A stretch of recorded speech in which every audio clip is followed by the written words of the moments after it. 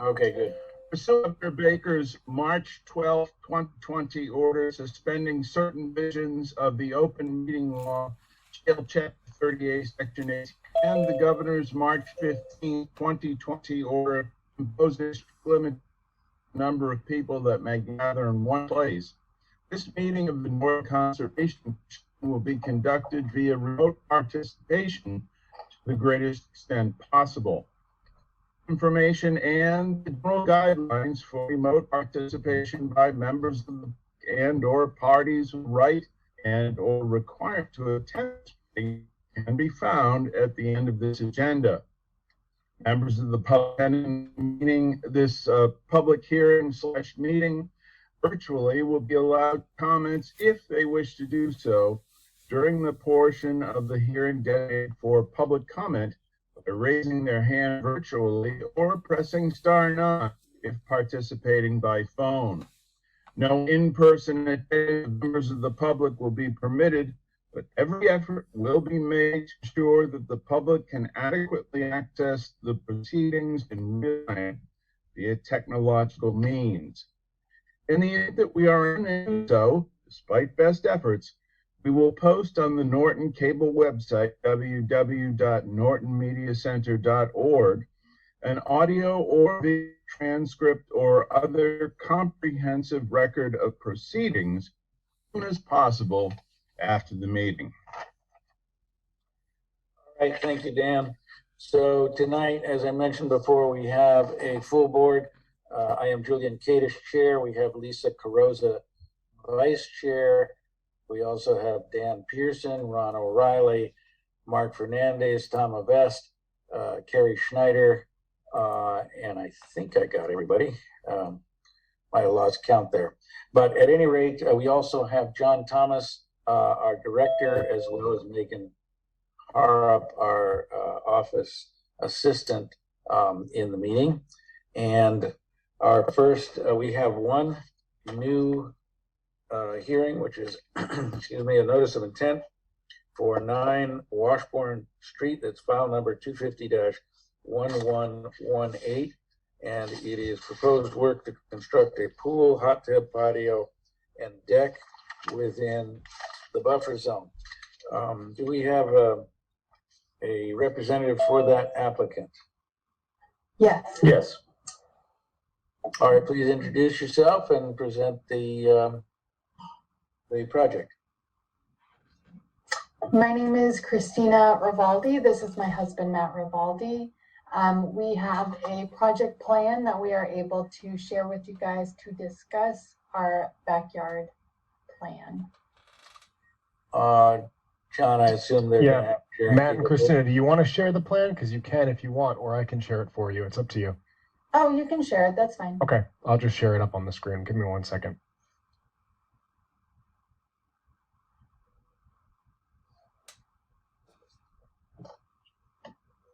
Can everyone see that? We can. Okay. So this is our backyard here at 9 Washburn Street. As you can see, we are conscious of the boundaries that our backyard gives us, and we would like to put in an in-ground pool, accompanying hot tub, cabana, and existing deck. All right, if I could just comment, it looks like you have made an effort to stay out of the 25-foot preferred no disturb zone. Yep. Yes. I see the 100-foot buffer, which involves the house, which is pre-existing, and you have a pre-existing deck. And then there is a, so the concrete block is existing? The concrete block? No, that is an addition that we're going to try to do for this project to prevent erosion into the do not disturb zone. Okay. Because elevation is going to have to change, so we want to keep that from eroding into the wetlands. And then I see your proposed erosion control barrier. So, John, do you have any questions or comments on this? I talked to the Rivaldis about putting in additional visual barrier as part of this project, so that would be conditioned. And the majority of the area that they're working in was part of a existing permit back in 1990, late 1990s. So it was permitted as to have that lawn space there. So under the Wetlands Protection Act, they are able to do the patio, the pool, because it was within a previously approved lawn space as part of the project. Any other questions from members of the commission?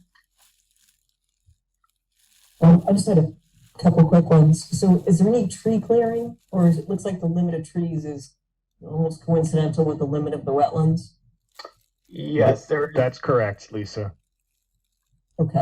There's a stand of trees. I guess the abutter is going to be talking, or the landowner is going to be talking with the abutter about the trees kind of where the corner, I guess, to the west of the hot tub is, where that wall is.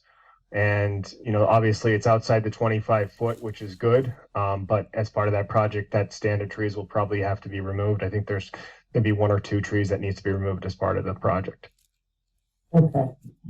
So maybe have the sediment control line between the western property line, John, and where it takes an angle and heads south. Right. Maybe just convert that into some type of barrier in the end. Yeah, we can definitely do that. All right, thank you. All right, any other questions among members of the commission? And if not, anyone in the audience have a question, you can either go to the reactions button and it will give you the option to raise your hand, or you can just take your mic off mute and ask your question identifying yourself. And with no questions, it's my thought. We can't close this because we won't be able to issue an order of conditions within the yes. time allotted. So the only downside to this is, since we don't have another meeting within 14 days. 21 days. 21 days, yeah, sorry. We're going to have to continue this till the 9th as part of procedural, but we can definitely have an order of conditions drafted up in alignment to make sure that we can close and issue the order of conditions pending the commission's approval for that. Okay.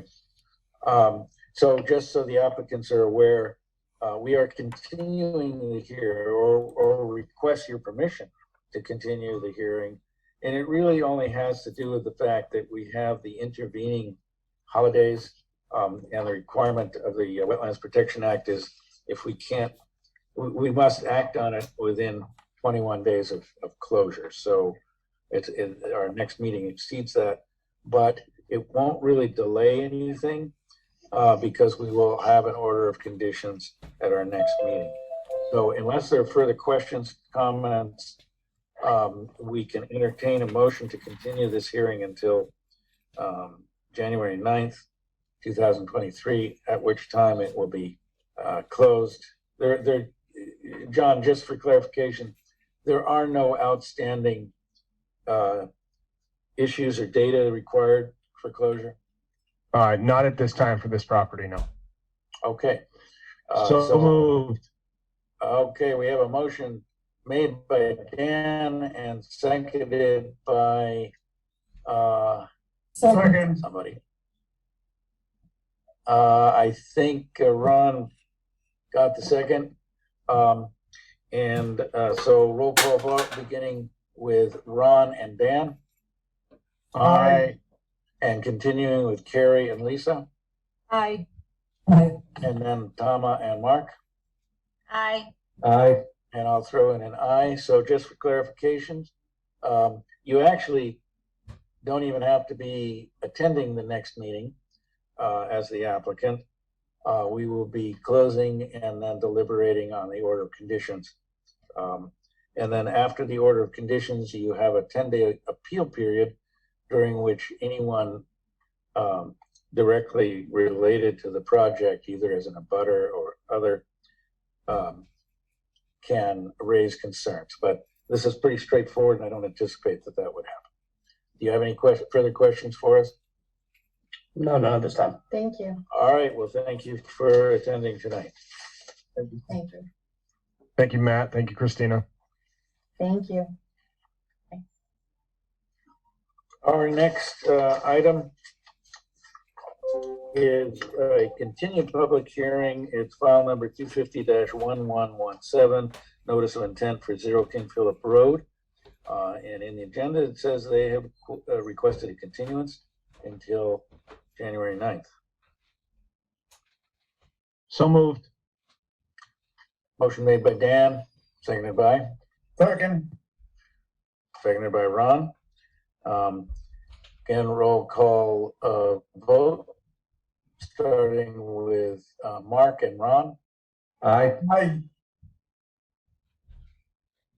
Dan and Carrie, Aye. Aye. and Lisa and Tama. Aye. Aye. And I'll throw in an aye. So the hearing for file number 250-1115 has been continued until January 9th. We have, next item is, it does not have a file number, but it's a notice of intent for 70 and 78 East Main Street, which is the site of the future town hall. The project managers, I'm going to say, have requested a continuance until January 9th. So moved.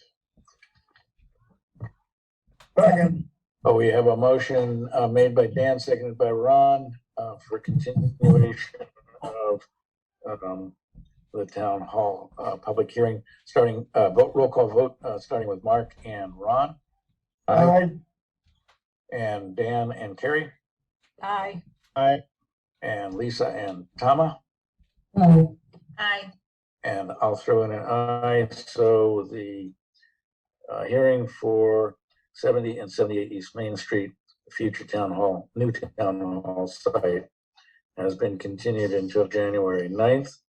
And then we have, next item is file number 250-1070, notice of intent for 0 Rear Eddy Street. We discussed at our last meeting that the project component of the application is being withdrawn, and the application is being converted to an ANRAD request only. And as I understand it, all the changes requested at our last meeting have been made. Is that correct, Tim? Yes, good evening, everyone. Tim McGuire from Goddard Consulting here on behalf of Sam Wydeck from SureCorp, also on the call. Thank you, Mr. Chair. That is accurate. I will point out that we are not, although we are seeking an ORAD, we are doing so still under the notice of intent permit under category 6. But yes, the minor requests on the site plans that the commission had made, largely just with how we were labeling certain areas of the stream and the ponded area, have been made. We did have the chance to send the application to, or the letter and the associated plans to DEP. We haven't received any comment from them at this time.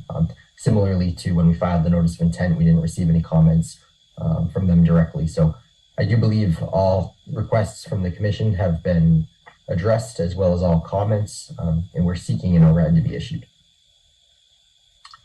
And just to confirm, John, any comments, or I assume everything that Tim says you agree with? Yes. As part of this project, they're seeking an ORAD, and under category 6, they have the option to do so. It's a unique circumstance, doesn't happen all the time, but it can be done.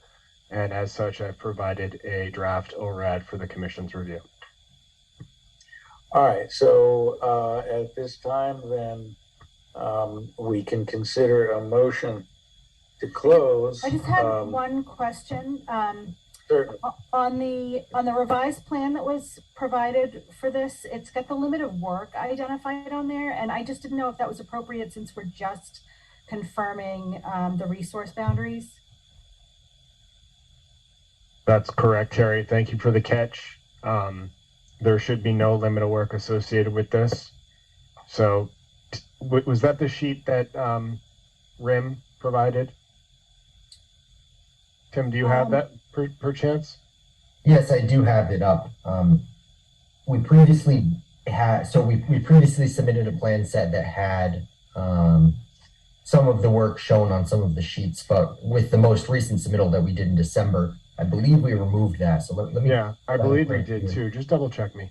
Because this is, can everyone see the site plan here? Make sure I'm sharing the right screen. Yeah. This is just existing conditions. We have topography. So I'm not sure if Okay, I'm. I was looking at a plan that had a red outline for the limit of work and then blue outline for the resource areas. So, so if this is what is being approved, then that's fine. Yeah, that's the plan that I had on record for the issuance of the ORAD, the one that Tim just sent or showed us. Yeah, Great, so thank you.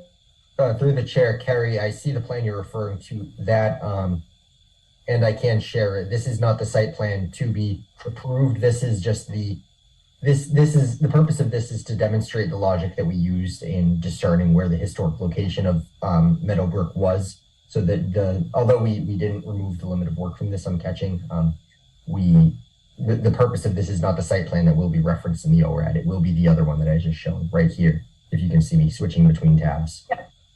Yeah, and Great, thank you. that pictograph that Tim just showed is not part of the issuance. It would be the actual topographic plan that they provided that says conservation plan.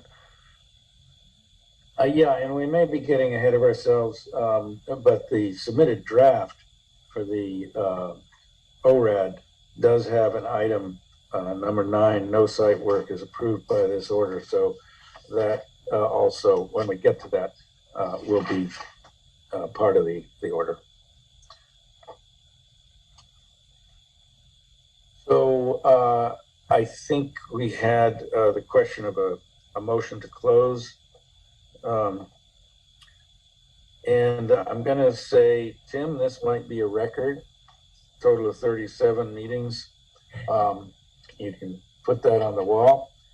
But we are at a point where we can close this file number 250-1070. I'll make that motion. That was Lisa, I believe, it Yes. sounds like. Yes. Second. All right, motion made by Lisa, seconded by Tama for closure of file number of the hearings for file number 250-1070. And roll call vote starting with Mark and Ron. Steve. Aye. Yes, that's right. We have a total of 5. And I think Carrie is one of those, as well as Dan. So how do you vote? Aye. Aye. And Lisa? Aye.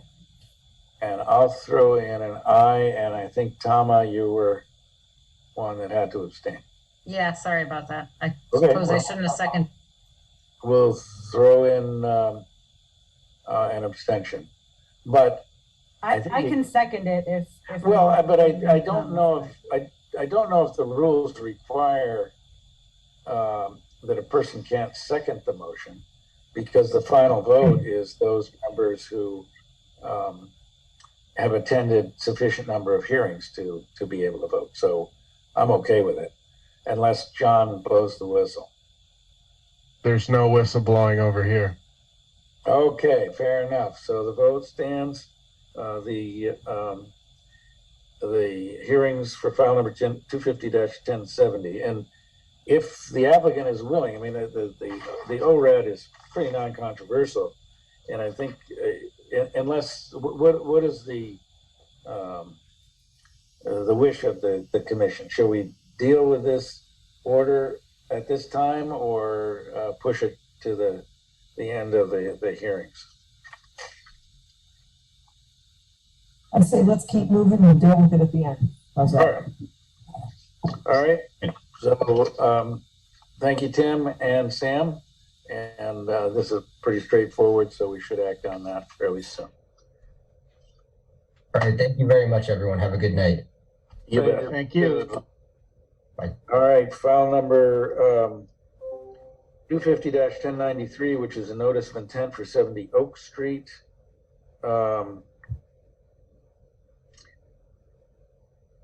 It's not clear if they requested a continuance or if we have. They did not. They requested to withdraw their permit. So, Okay.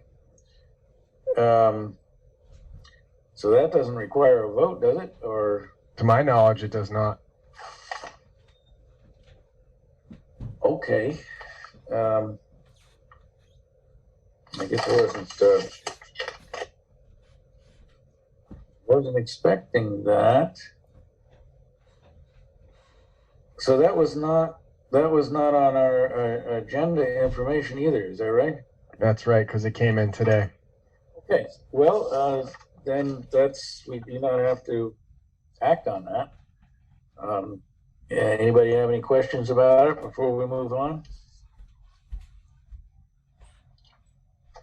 Okay, next item is file number 250-1114, notice of intent for 306-308 East Main Street, concerning an addition to an existing warehouse. And I'm assuming, I think we were waiting for the discussion back and forth between peer review and the applicant's engineers. So do we have a representative of the applicant for that project? I'm looking in here. I don't see them as of right now. Let me just check my email.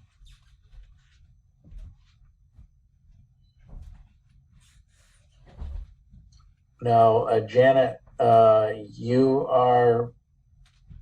Janet's our peer reviewer. Yeah, okay. Yeah. So, And I received the documents on Friday, but the applicant specifically asked me, I have not had a chance to review them yet, but the applicant specifically asked me to attend tonight's hearing because they wanted to make sure we were all on the same page. So I was, right? Well, I Okay. guess we'll wait. We'll keep going, I guess, until they arrive. But it's supposed to be, I think it's Shang Wang or Goddard Consultant. Yeah, Mark? Mark Arnold. Mark he's- Arnold? Yeah. He said that he was going to jump on the call, so. all right. So, do we need a motion to We can't make a motion. We can table push the it. hearing until? We can table the item or discussion item until they arrive. Or we come to the end of the meeting. All right. Yep. We're looking for such a motion. We don't need a motion, we're just gonna table Yeah, it. we're just going to table it until Okay. someone from their company can provide us All a right. bit more information. Where's my scepter? If that's all we have to do. All right. So moving on to next item is file number 250-1108, notice of intent, 0 Hill Street. This also was discussions going back and forth between the peer reviewer and It's actually 0 East Hodges, sorry. Hill Street's not Oh, next. Yep. a 0 East Hodges. Okay, so I zip right over that. Okay, so that is file number 250-1113, notice of intent, 0 East Hodges Street. And do we have a representative of that applicant? Yes, good evening. My name is Ryan Rosine with Goddard Consulting. And also on the call is the project's engineer, Nick Fasandola of Level Design Group. All right, so I can't recall where we were in the middle of it, so why don't you bring us up to speed? Sure thing. So we submitted, here, I'll share my screen just to pull up the documents.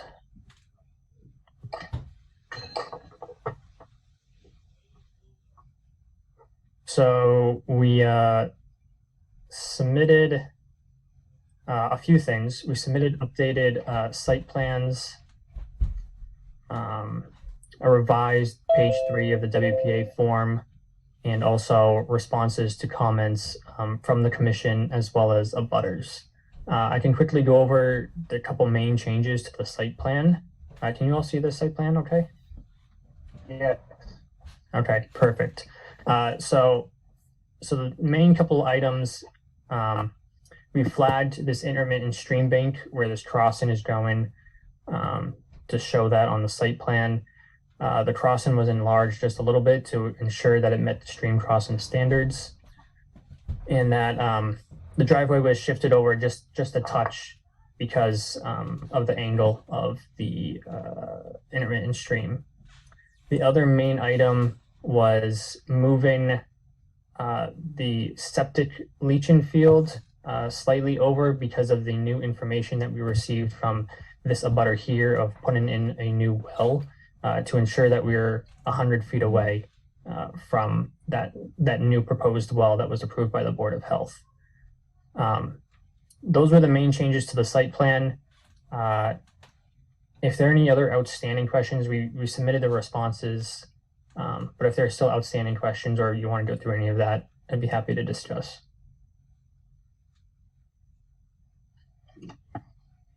Okay. John, do you have any comments? I have a bunch still.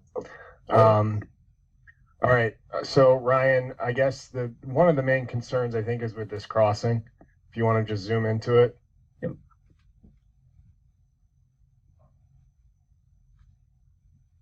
So I went out here, I looked at your flags.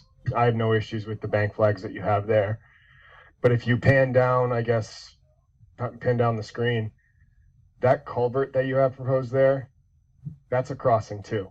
That's a stream. So you've got 2 potential stream crossings here for this project. So that's something to take into consideration when you're, I guess, evaluating this, because you don't have just one, but you have 2. So both of those are going to have to meet the stream crossing standards. Additionally, you're in an ACEC. You're also within, you got a lot of things to look at. I know that you sent over the stuff for exemptions and stuff like that within an ACEC. I'm not entirely certain, this would meet the criteria for not being an impairment. You're in a natural heritage area. It's a very sensitive area for habitat.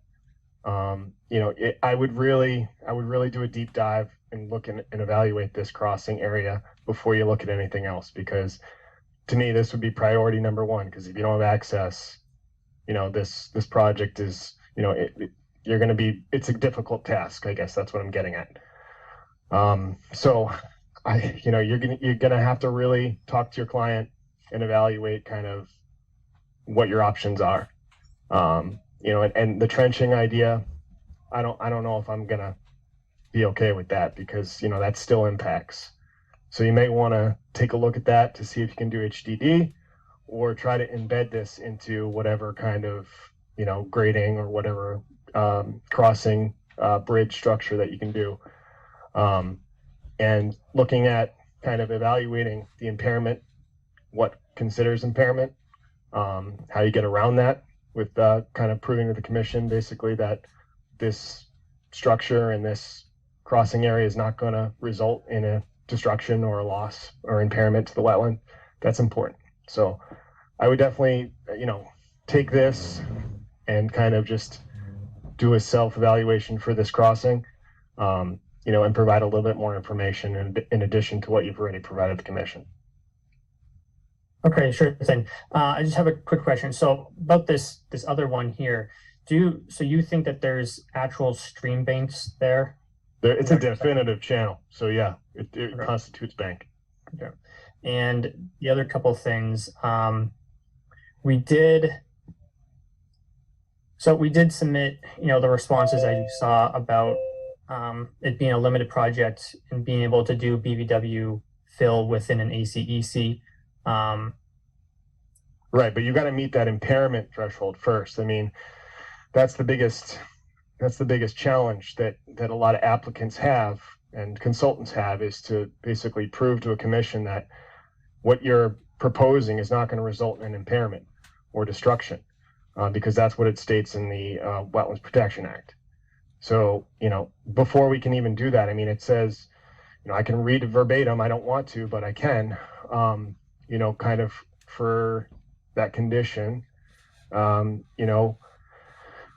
any proposed work shall not destroy or otherwise impair any portion of bordering vegetated wetland that is within an area of critical environmental concern designated by the Secretary of Energy and Environmental Affairs under Mass General Laws 21A, Section 2.7, and 301 CMR 12.0 areas of critical environmental concern. And then it goes into what it constitutes, and it goes through that. So, it's in the Wetlands Protection Act. It says all this stuff. You got to really take a look at the proposed crossing, and you don't have cross sections. You don't have photographs of kind of the area, whether it's disturbed or whether it's impaired to begin with. What are the overall net benefits of this project for the wetland area, and how is it going to be an overall benefit for the area?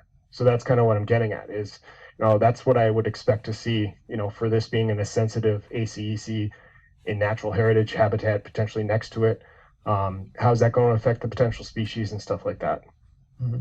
Okay. Yeah, no, I definitely understand. And, Yeah. and we can take a deeper look into that. And just to the natural heritage point, we have submitted a MISA review. They Right. gave us a no-take letter. We submitted updated plans. They still said a no-take. It won't impact the species. And we have submitted even these updated plans. We haven't received any comment from them. Haven't received any comment from them about it, but we're not expecting anything different from them. Right. No, I understand, and part of it is to take a look at that mitigation area as well. I can come out there and we can talk about things, we can definitely look at the area. Maybe the commission wants to come out and take a look at the area too, to kind of get a sense as what the area looks like, to kind of get their boots on the ground, kind of feel for the area. But it looks to me that it was an old crossing for some sort of access for a farmer to get through, because it looks like he put some stones, or they put some stones down to try to take their carts through that area at some point. So, the biggest point that I think you would need to do as a consultant is basically take this and say, how is this going to be an overall improvement of the current system as it currently stands? Okay. Yeah, I understand. And I mean, I do want to just remind the commission that there is an active ORAD on the site. So these lines were confirmed by this commission. Right. The lines were confirmed, but when you have a stream crossing and you're, I guess, evaluating potential project for coming through, I mean, if that area that was, indicated as bank is actually, well, it's still wetland, but it's bank, there's interior system there. And you didn't evaluate the interior stream for the other side either. So that you're doing that as part of this project. So you're crossing this wetland. They didn't know where you were going to be potentially crossing with an ANRAD. No one ever does. I mean, obviously Right. That's something that you keep in the back of your mind as when you're doing a potential project. But for this one, it's more so with evaluating kind of the sensitivity, habitat potential values, wetland functions, things of that nature, and really providing the commission a very thorough and comprehensive analysis of how is this going to, not impair that wetland. Okay.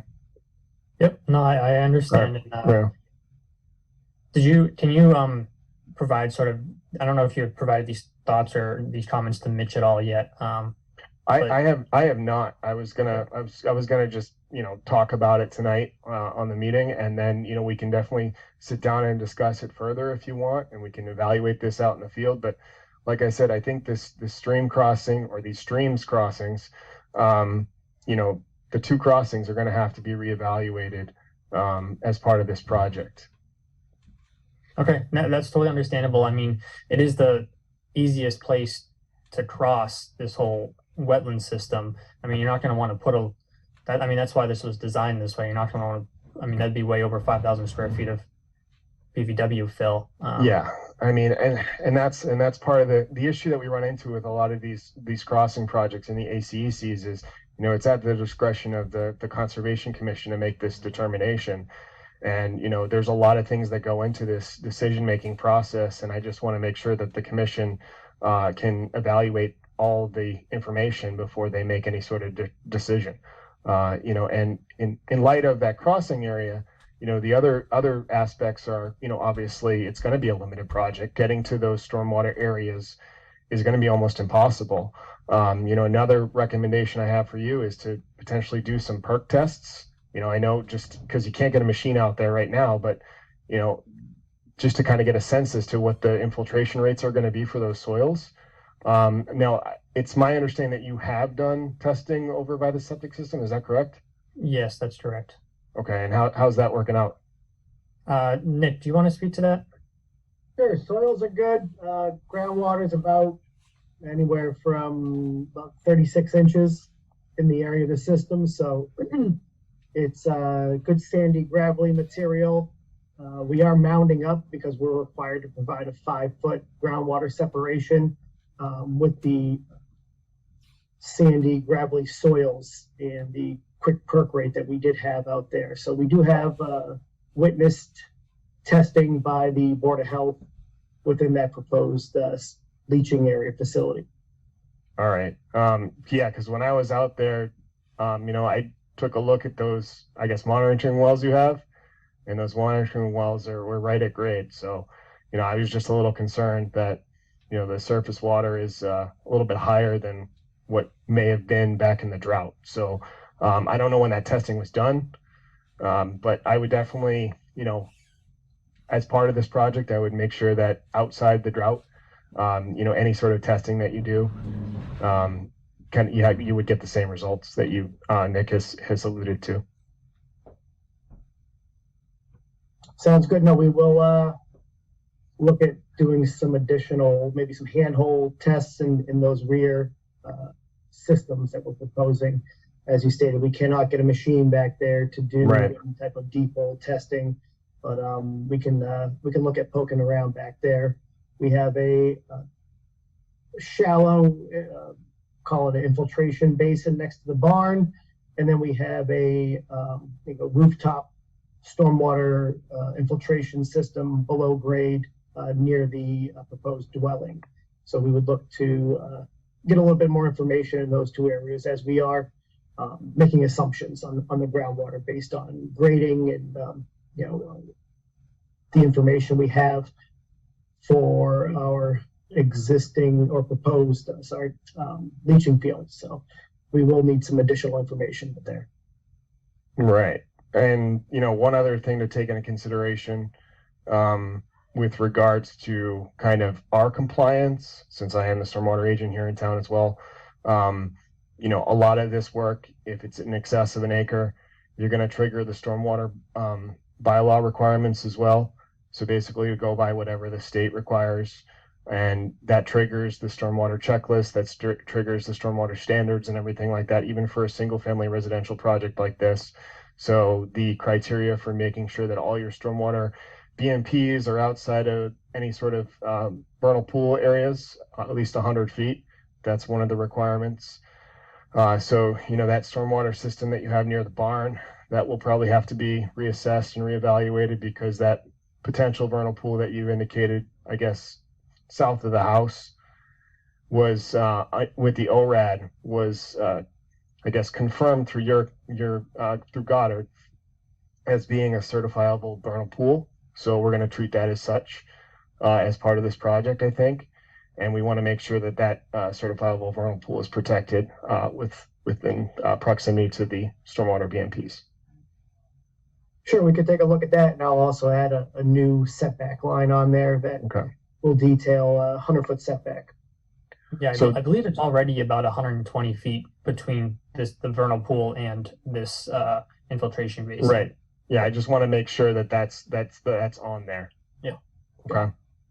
I guess, you know, those are the three primary things that I've identified. Obviously, you know, the crossing, besides all the, I guess, other questions that have been asked, you know, those three primary environmental ones were what really got me for kind of making sure that this project could be in compliance with all the rules and regulations.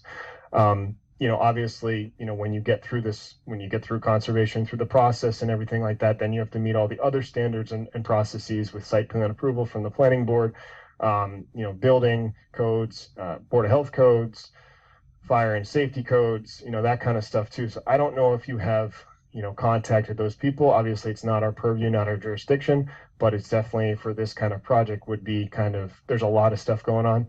So it'd be in your best interest to make sure that, this project meets all those standards and regs. So that's all I really have to say to comment on this. Obviously, the crossing is one of the major things. The wetland replication and enhancement area, maybe that can be buffed up a little bit, to, have less impairment. But besides that, I think there just needs to be a little bit more reevaluation that goes into this. Well, thanks for your comments. No problem. All right, any questions, further questions, comments from members of the commission? Yeah, I just had a few comments.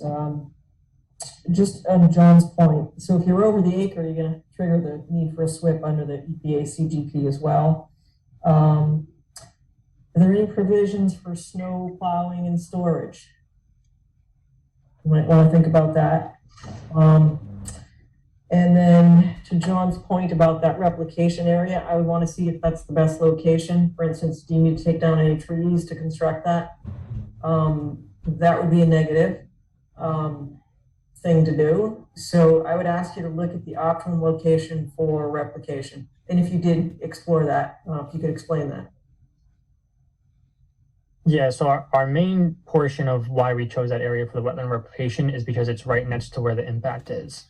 And that's generally what DEP wants to see, although that you can do it in other places. Some trees, if I'm remembering correctly, a few trees would have to come down. I haven't been there since the beginning of this year to look at that wetland replication area. But we can definitely reevaluate that and, try to choose an area that, would be the best suitable location. Right. DEP might have one thought about it, but in my humble opinion, if you have to cut down trees to put a replication area in, when there may be a location where you don't have to cut down trees, even if it's further away from the impact area, makes the most sense. So if you could just look at that, that would be great. And then, so you said this was a subject of an ANRAD. So John, those stream channels are definitely not perennial then? As far as I know, no, they're not. Okay. They exhibited intermittent criteria when I was out there. Okay, that's all I had. And then just provisions for snow plowing and storage. You're coming down that straightaway. I'm looking, you're just going to want to plow it into that end of that first leg, which is right into the wetland. So if you're coming with the plow and you're heading straight down, I can't see what flag number that is, but Yeah, you're talking about this area right here. Yep. Yeah, 70. You want to look at the ends of those straightaways because that's where it's going to want to end up. Okay, we can do that. Thank you. Go ahead. All right, anyone else from the commission? If not, we have a computer identified as Chris Polk with a hand up. So why don't you go ahead and take your mic off mute and identify yourself and your address and go ahead with your question. Good evening, this is Chris Polk. I live at 123 East Hodges. I'm a direct abutter where the driveway is on the top left corner of this plan.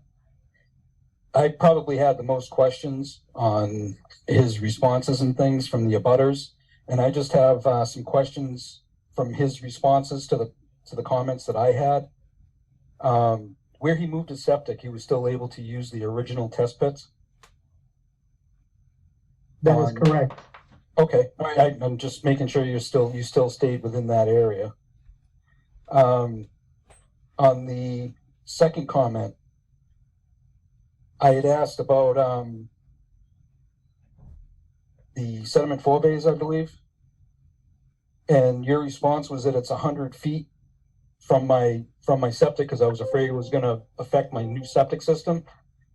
My civil engineer explained to me that a sediment forebay could possibly change water levels underground and could impact my new septic system. Being 100 feet away does not mean I'm not impacted. If you're going to be doing soil testing, maybe you should do some soil testing around where that sediment forebay is. I also asked, I didn't see the response. I could have sworn I asked how close to a property line you can place the sediment forebay. If there's any kind of restriction, whether it be, 25 feet, 50 feet, I don't know. I was just curious. I never heard a response to that. Okay, thanks. I don't know if, these are all the comments that we had received or the questions but- that we had received. Right. Well, I'm just, explaining why I'm still questioning basically the same questions that were on. I don't understand your answers because it didn't really answer my questions. You had also mentioned, what the heck was it?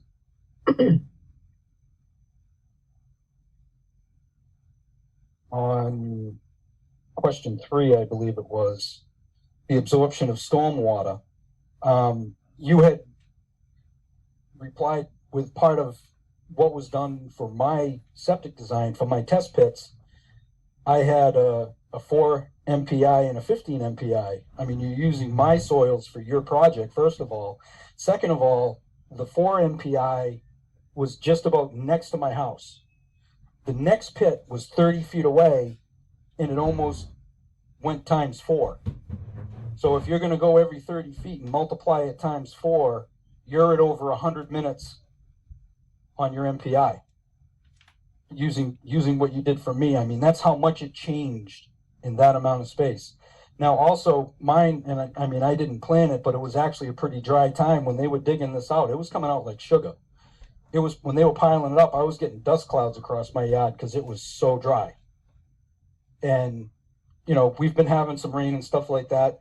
I still have my tube in the ground, and I've been, keeping an eye on it and everything else.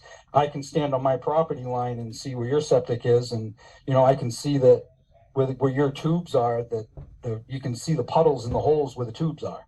Mine doesn't do that, but I saw that with yours.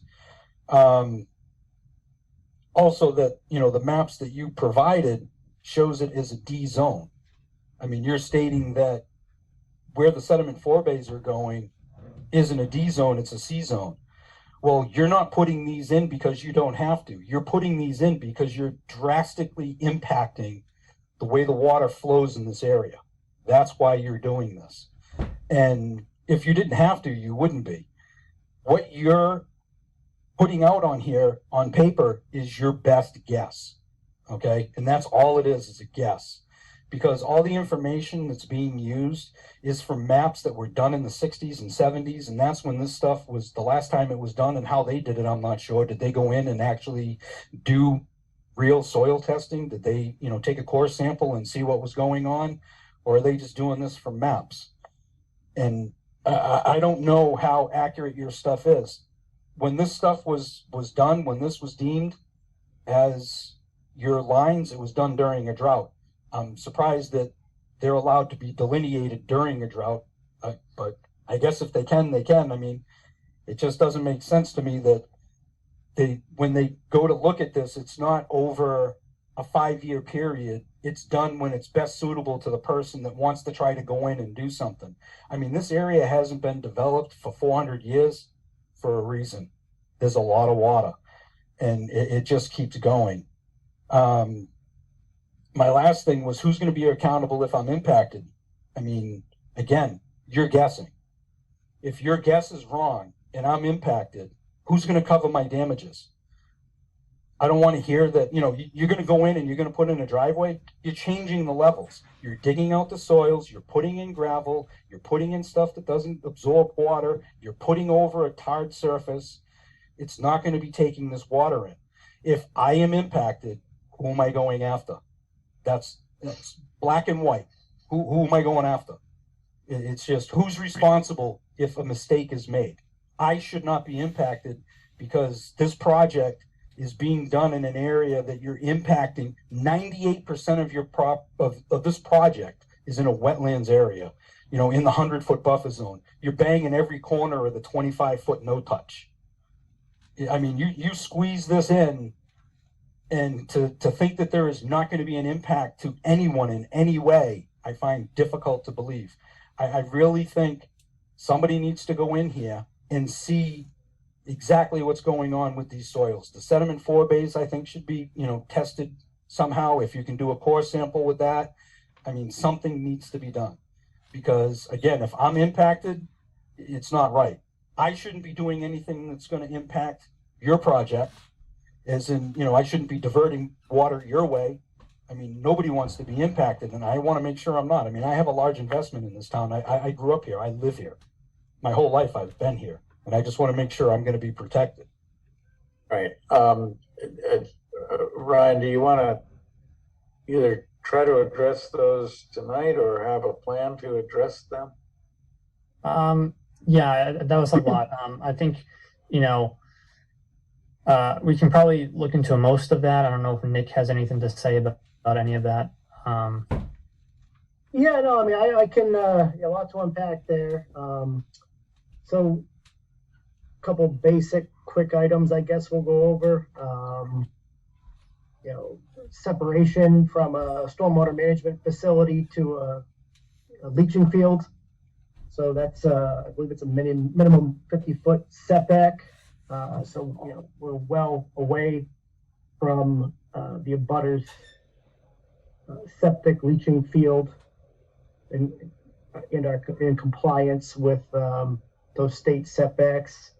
You know, as far as impacts to his property, you know, for the most part, his property grades towards our site, as is evident from, you know, the existing resource areas and intermittent streams. So, you know, we're not filling our property to a certain level where we're going to now change the drainage patterns which currently exist in the overall area. Yes, we are doing grading, minor grading to install a driveway, septic system, and stormwater management facilities, which are extensive for a single family dwelling. These areas have been evaluated as previously discussed. We do need to do some testing in the locations of these proposed basins. As far as the septic system and the wetland delineation, and this ORAD and wetland area was approved in 2000, so well before this drought or this past summer. And our test pits in the location of our proposed leaching field were done in 2001, so well before the well-documented drought. I can't say I've been to the site in the last couple weeks to look at those areas. I haven't been there, but I do know that, you know, our testing was witnessed by the Board of Health agent for our proposed septic system, and it was done in standard conditions, not a time of drought. I mean, who's responsible? I mean, I guess there'd be a number of parties responsible if there were damages. We do our best to design for every scenario, but like I said, I don't see any possibility of an excessive amount of surface runoff being directed towards the abutter's parcel. I do understand their concerns, given that's an existing wooded lot. He is correct that there are you know, a lot of resource areas on the site, as previously discussed, and a large portion of this area is wet. And you know, we have done our best to work around those areas. Trying to hit on any other topics. Is there anything that the agent or the commission members would like me to address from the abutters' comments that they recall that I did not happen to speak on? Well, Nick, I think you kind of identified that you plan on doing additional testing out there to evaluate the soils. So, you know, that's definitely something that I'd be interested in hearing about and seeing kind of what the status is.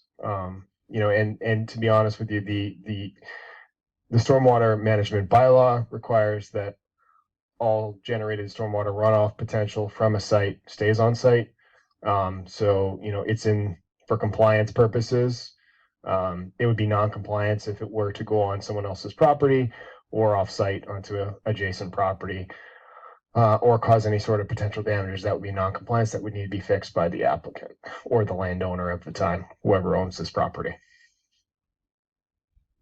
No, And that would be part of the O&M plan that would be responsible, that the owner of this property would be responsible for, pending the issuance of the order of conditions. So, you know, that would be in perpetuity, obviously, that these management systems are maintained and managed in perpetuity.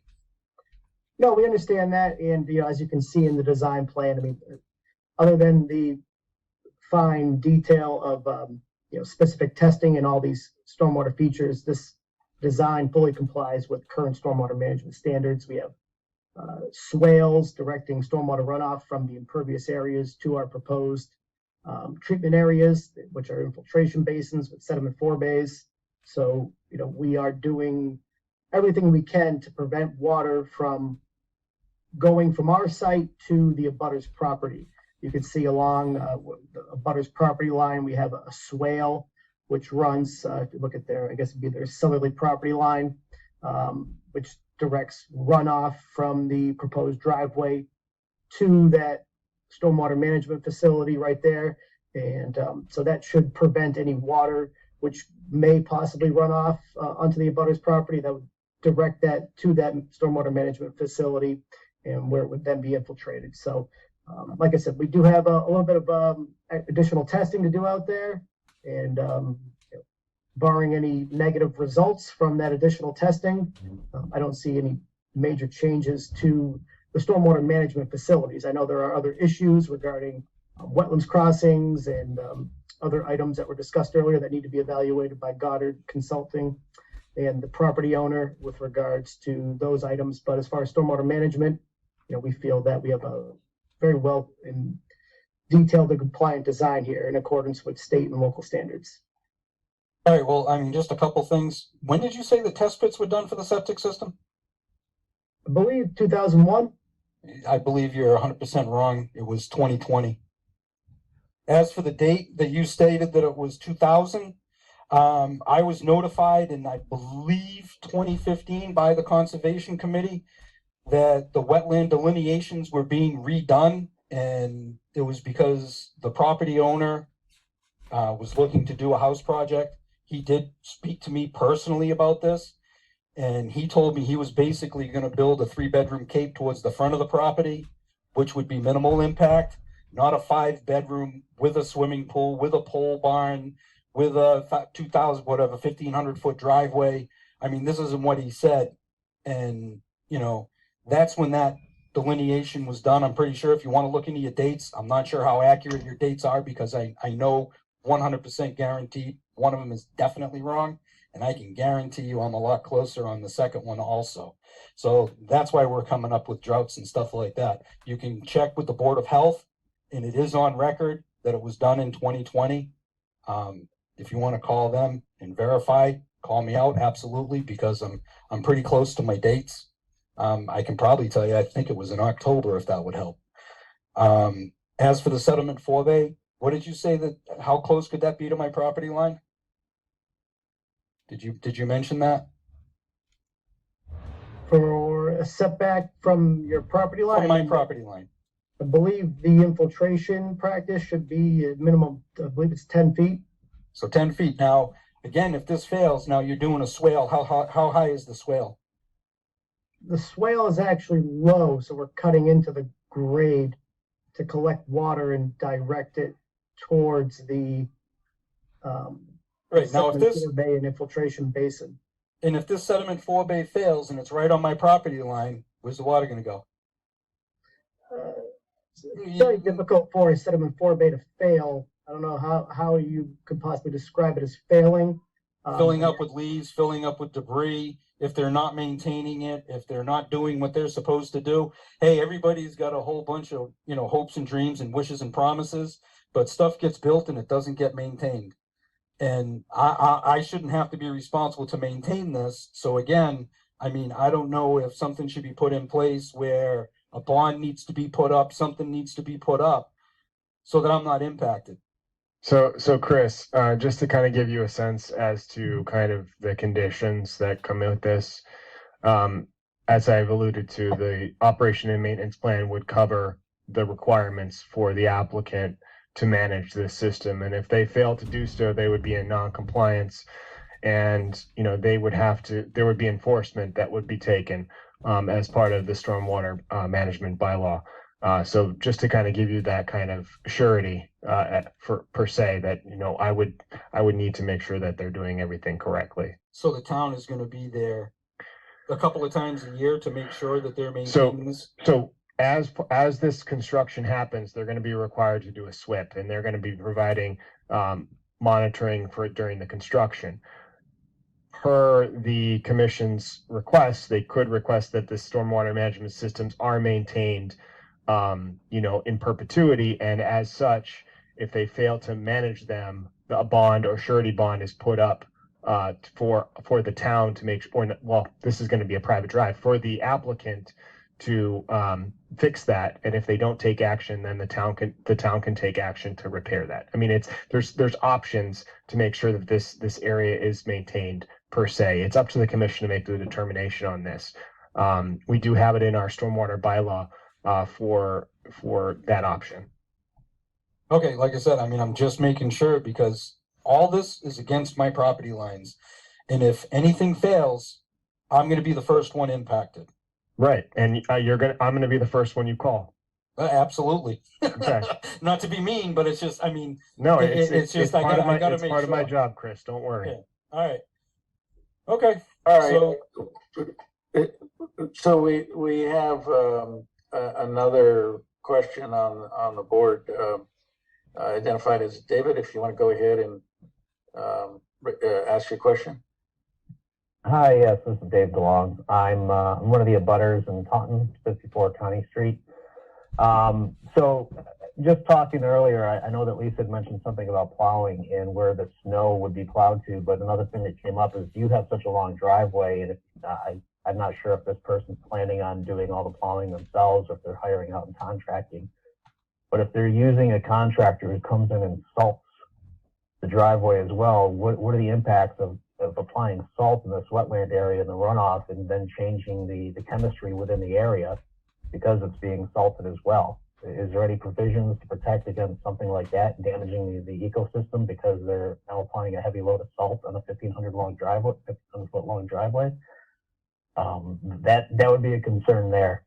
And I had mentioned and asked in one of the previous meetings if any research and discussions have taken place with the town of Taunton, because this is right up against the Taunton town line.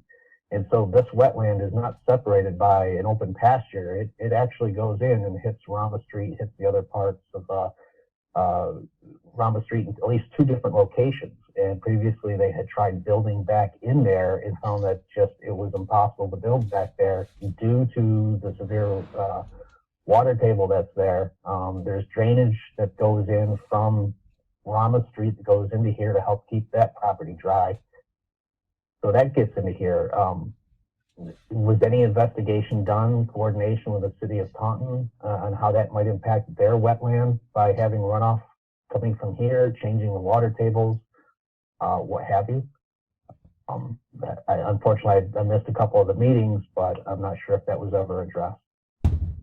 And John, you and I sent an email back and forth today concerning just different species that are in this area that might be of concern. And within the last year and a half, I have seen some of those spotted salamanders that are, species of concern back there. Unfortunately, because now we're in December, these species, they have gone into hibernation. So going back there and trying to find one in December is kind of difficult. It's more of a warm weather activity to find any species which may be impacted. Right, David. Yeah, I agree with you on that one. And I've seen one. I've seen a couple of them over the last couple of years, and that's not actively looking for them. Right, and I have. Yep. Go ahead. Yeah, I mean, they do have a migratory pathway, and as the applicant has indicated, through the ORAD that was previously approved, there are vernal pools on this site, and there are other vernal pools south of this site where these species may exist and migrate to during the breeding season. So they probably are out here, and that's one thing that the applicant needs to provide is how this project is not going to impair the wetland and the migratory pathway, because it's within an area that is sensitive. It's an area of critical environmental concern. That's part of the applicant's project application that they need to present to us.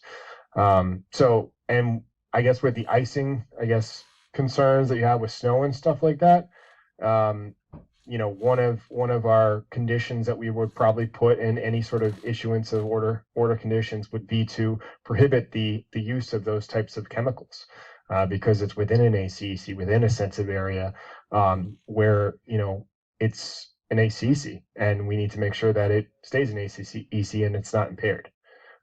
So as such, that would be probably one of the conditions that we would put in. So what about the pool as well? So there's going to be chlorinated water. If they have to do any work in the pool, they're not going to truck that out. They're just going to pump that out. Yeah. So with the pool, obviously there would need to be a pool management plan. They'd have to provide us an emergency action plan in case of an emergency. That's a norm for us. We typically ask the pool contractor to provide that to us, so that way we understand how they're going to access that area, how that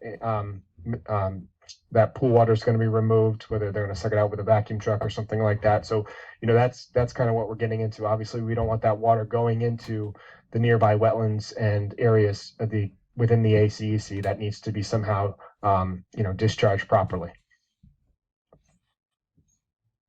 All right. There is an additional question with a computer identified as Crystal. So why don't you go ahead and ask your question?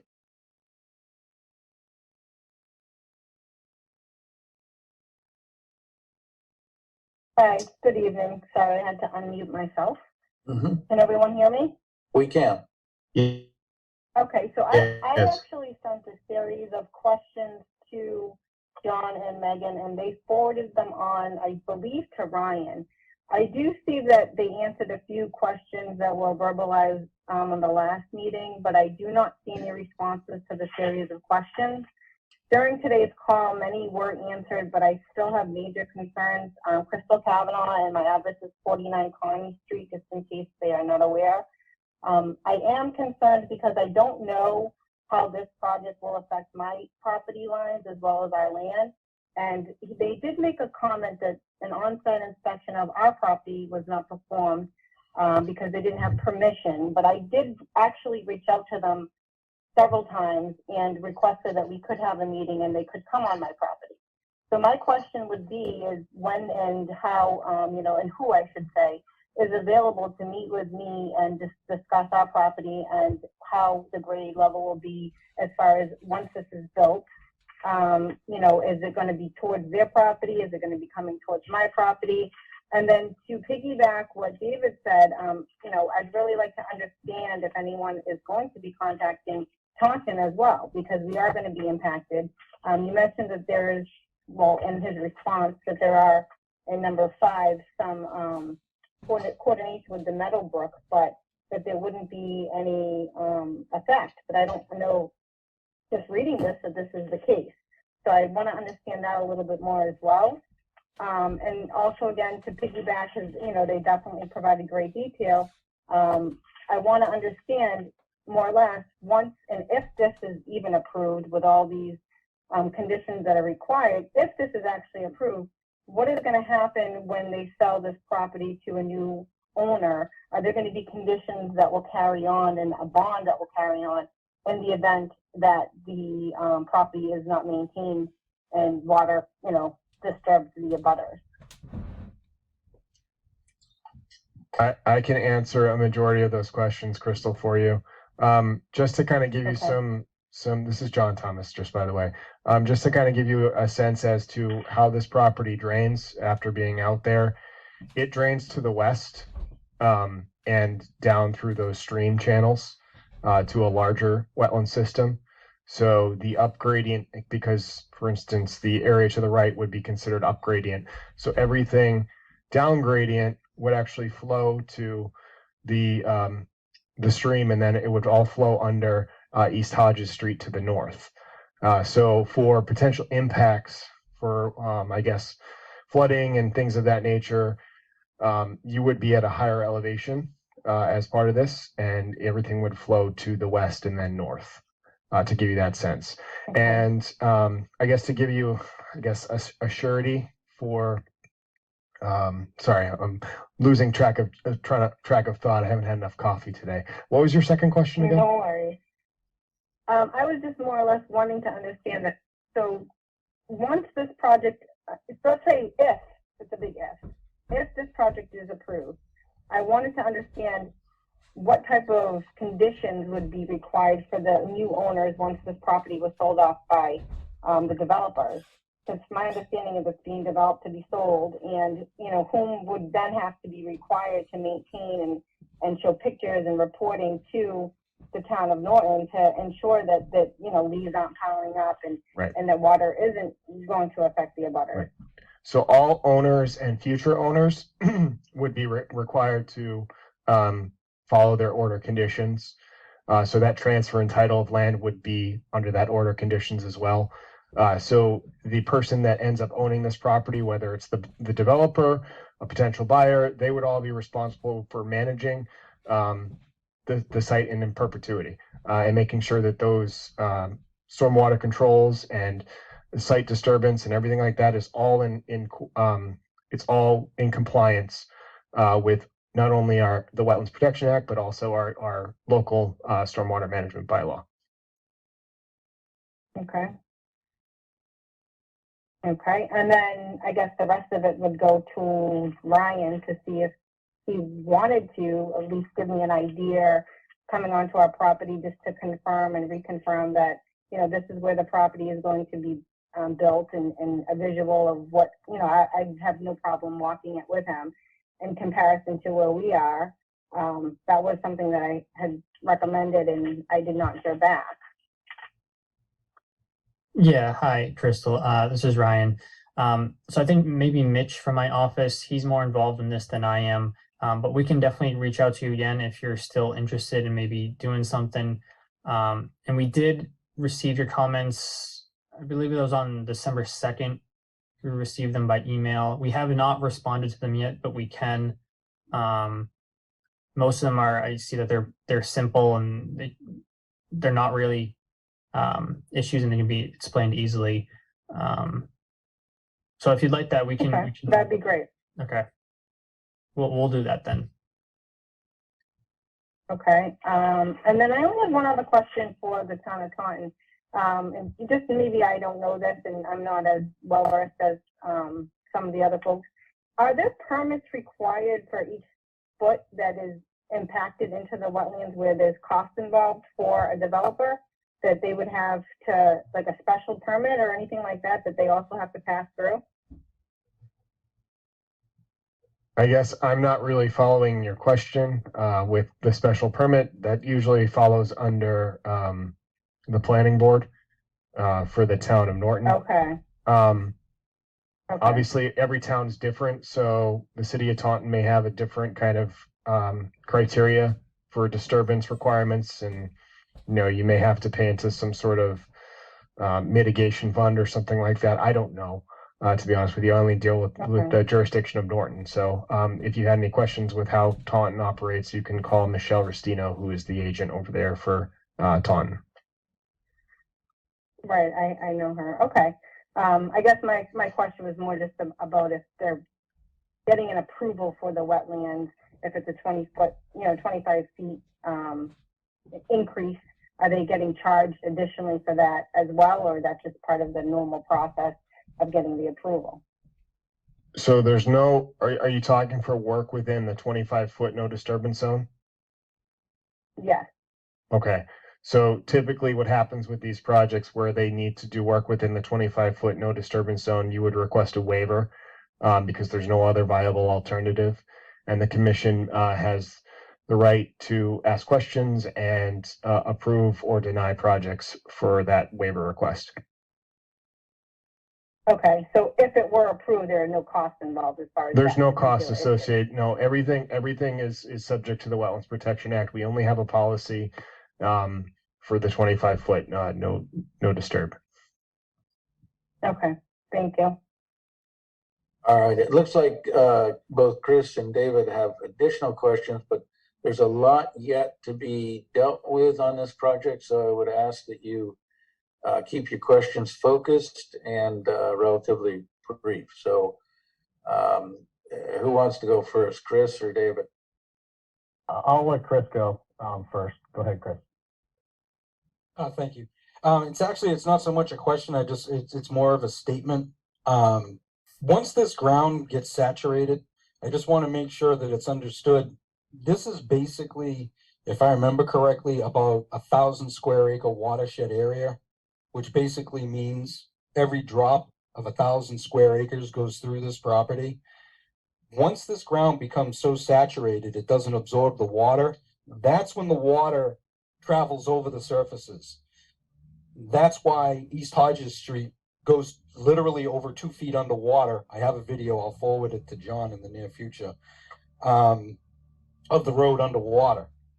So I just want to make sure that people understand the volume of water that we're talking, and once it can't be absorbed, we're taking away a lot of the absorption factors by putting in all this hard pack, these buildings and everything else.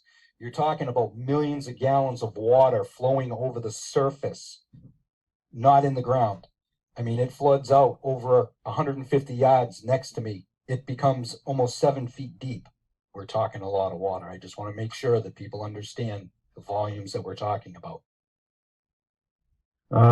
John, or could someone speak to that? When you put it that way, it does sound like a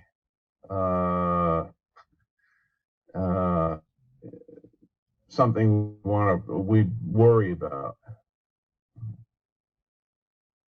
As for instance, obviously, they're going to do some testing out there. I think they discussed that.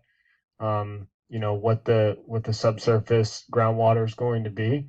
But when we talk about watershed, obviously this whole entire area is within a wetland area. It's a very sensitive area. That's why it's mapped as an ACEC. It's very wet. And, it's just, like I said, it's something for the applicant to take a look at and reassess and reevaluate. And like I said, the crossing is the number one thing to take a look at. That's step one. And then step two is to make sure that you've got enough separation for all the septic and stormwater facilities to make sure that water is going to infiltrate. It's all part of this project, and they're dealing with a very sensitive site here, and I think that they've got a lot of work ahead of them to provide to the commission moving forward with this project. All right, and I think David had an additional question or comment. Yeah. So if this project does get approved, what steps are in there monitoring this just through different milestones of construction? Obviously, we don't want to wait until everything's in place and go, oh no, we messed up somehow, and look at all this impact. Are there milestones in place that are going to protect the wetland, protect the ecosystem there, that as they go through and they start building this, they run into a roadblock, something that they had not anticipated? Because obviously what you're doing is you're doing the spot checks for this whole thing. You don't have the full project complete yet, so you do not know what you're going to run into as you go through this. At what point in time does it say, stop, we can no longer do this project? I mean, like I said, the crossing's a priority. If you don't have the crossing, you can't achieve access for the house. Number two, if you don't have the soils to accommodate your septic system, or if you don't have the soils to accommodate your stormwater infiltration systems, you can't achieve this project. So those are the two primary things that they need to achieve as part of this project. And that's just in those locations, but we're looking at the entire length of the drive, all the locations. So, I mean, how incremental is the spot checking on this? What are the different milestones to go through and do? Are we checking as we proceed forward every 50 feet, every 100 feet? Is it through, okay, well, we got the road, we got the driveway done, so that's one milestone. Now let's go back and check. I mean, I leave it up to the applicants to tell you kind of what is the right steps for achieving the project for their, I mean, like, I leave it up to the consultants to let their, on the benefit of their applicants to kind of achieve this. But, from my perspective, I'm just the one that's reviewing this. Well, you bring up a good point, because I was going to comment on that construction sequencing that you have on this plan that essentially needs to be rewritten to acknowledge the establishment of those infiltration areas prior to sending any runoff to them. And then also including and paying attention more to the crossings themselves, how that sequencing is going to unfold. It might be a subset of that sequencing. And also the fact that the replication area should be done probably first when you get past the crossing. So I would look for a much more robust construction sequencing plan than what you have down there. Yeah, sure thing. We do have this construction sequence on the third page of the plan set for the stream crossing. I don't know if you had a chance to look at that. Right, but that's in and of itself once you get to the crossing. But you need to direct the contractor on the first page, overall general sequencing in the correct order, which should include the establishment of the infiltration basins, the establishment of the replication areas when you get to that point. When you get to those, as they progress into the site. So yeah. I think, David, that might also answer some of your questions about progress and milestones. Right, because I mean, these crossings are well within the property. I mean, how many feet do you have to go in to get to your first crossing? I mean, what are you disturbing in the way? How's that going to affect it? And that's what I'm asking about. Is there testing done incrementally as you proceed in? Because you can't just build the road and then worry about the crossing. You have to get to where the crossing is and all that infrastructure that goes in there and all the construction and all that setup. You don't want to be driving heavy equipment in there and just have boards in there that you're driving on, because it is a wetland. There will be sinking. You don't know how far along everything is and what the soil is like underneath, how boggy it is. You start taking trees out, that's going to affect everything. There's a significant amount of forest in there as well that's got to be taken out just to get to there. Yeah, and I don't think they're going to build this crossing without having all that information in front of them, because I know someone's not going to want to build the monstrosity of this crossing structure, because it's going to be costly to get across here, to achieve this. It's a lot of capital to do that. So I think the applicants and the consultants are going to do their best initiative and put the best foot forward for getting all the information to the commission for them to review. Obviously, Lisa and yourself have alluded to that, the construction sequencing needs to be identified. I think the applicant's engineer has identified that they need to do some more soil testing out here. The applicant's environmental consultant has stated that they're going to look and revise kind of the crossing area, look and reevaluate the mitigation area. I think all that stuff needs to be kind of recompiled for us to really have a better sense as to kind of what the format's going to be for this project, even before they get to the construction sequencing.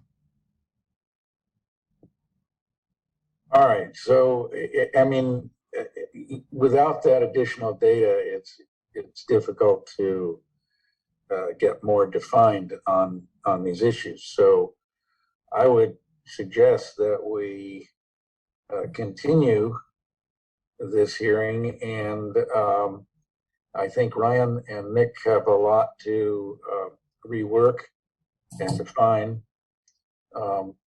And the question would be, when do you think you would have some of these issues more clarified?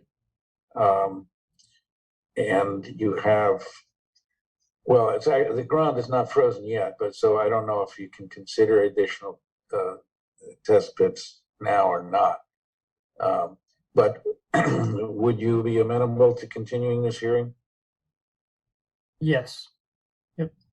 Julian, I'd like to suggest also that maybe the commission should perhaps take a site visit for this. Certainly, but I think we'll have to, well, with regard to that, I assume we need either the owner of the site or the project manager, whoever that may be, to accompany us. So We can ask Jack for permission, or if he wants to also come along when the commission decides to go out, but at least we can get his permission to allow you guys to come onto the property. So the commission has the right to go on the property regardless because of the notice of intent application, just so you know. Yep, exactly. I'd like to see it staked out with the stakes that we could follow along the center line. Yeah, I mean, what I will state is that if the commission's gonna go out, I want to see the limits of the crossing identified and also kind of flag out the areas where you're potentially putting in, milestone things like the stormwater basins, maybe potential house location, things of that nature. Try to get some of these key features identified in the field so that way we can walk up to it and see kind of boots on the ground view of what's going on. all right, well, our next meeting would be the 9th of January, followed by the 23rd of January. So do you have a preference as to which of those dates you want to continue to, or you can certainly continue to the next one, and if things are not, if data is not available. Yeah, so I think, the best option is just continue to the January 9th meeting, and if we need more time, we'll just request a continuance to the 23rd or, any meetings after that. Yeah, and just to clarify, there's still a hand up by Crystal. Is that a new question, or is that just the hand was not removed from your prior question? Sorry, that was just the hand not removed. I'll wait Okay, for the next call so- for the additional questions. So with that clarified, we can consider a motion for continuation of this hearing until January 9th, and lost my spot here. So it is file number 250-1113 for 0 East Hodges Street. Moved. We have a motion to continue to January. Seconded by, I missed who threw that in. Was that Mark? It was Dan. Okay. It was Pearson. Pearson, okay, so a motion by Lisa, seconded by Dan. So again, roll call vote, starting with Dan and Tama. Aye. Aye. And Carrie and Lisa. Aye. Aye. And Mark and Ron. Aye. And I will throw in an aye, so this hearing is continued until January 9th. Our next item is file number 250-1108, notice of intent for 0 Hill Street. Do we have, it looks like we do have a representative of the applicant. So if you want to go ahead and inform us where we stand with the back and forth with the peer review. Absolutely. Thank you, Mr. Chairman. Good evening to the commissioners. Again, my name is Michael Dryden, Senior Project Manager. I'm here on behalf of the applicant, Joe Kessler, Kessler Machine and Fabricating. Can everyone hear me okay? Loud and clear. All right. If that's Yes. my mic. Okay, so as I reported at the last meeting, which I believe was November 14th, we have addressed all the commission's comments to date. There's been a back and forth with your peer review consultant, Chessier Consulting. We issued a second round of comments to him last week, and we hope that we have this whittled down to just a couple of remaining issues. What I did want to do very quickly with the commission, there's a number of technical comments, and I don't think it makes sense, Mr. Chairman, to go through those. Again, we provided a response, but there's a couple of items I just quickly want to touch on that the peer reviewer continues to push for. One is the area of disturbance. We have whittled this project down to its smallest possible footprint, such that we're under 1 acre, by quite a bit actually now, right around, I believe it's about 42,000 square feet. So I just wanted to sort of reassure the commission that we are under 1 acre and not subject to your local bylaw or the EPA construction general permit. We did Mike, do you have a plan that you could show up on screen, or do you want me to pull it up? If you think I need to, I can do that. Yeah, let me just give you sharing capabilities. One sec. You're all set. Can you see that? Not yet. Not yet. Okay.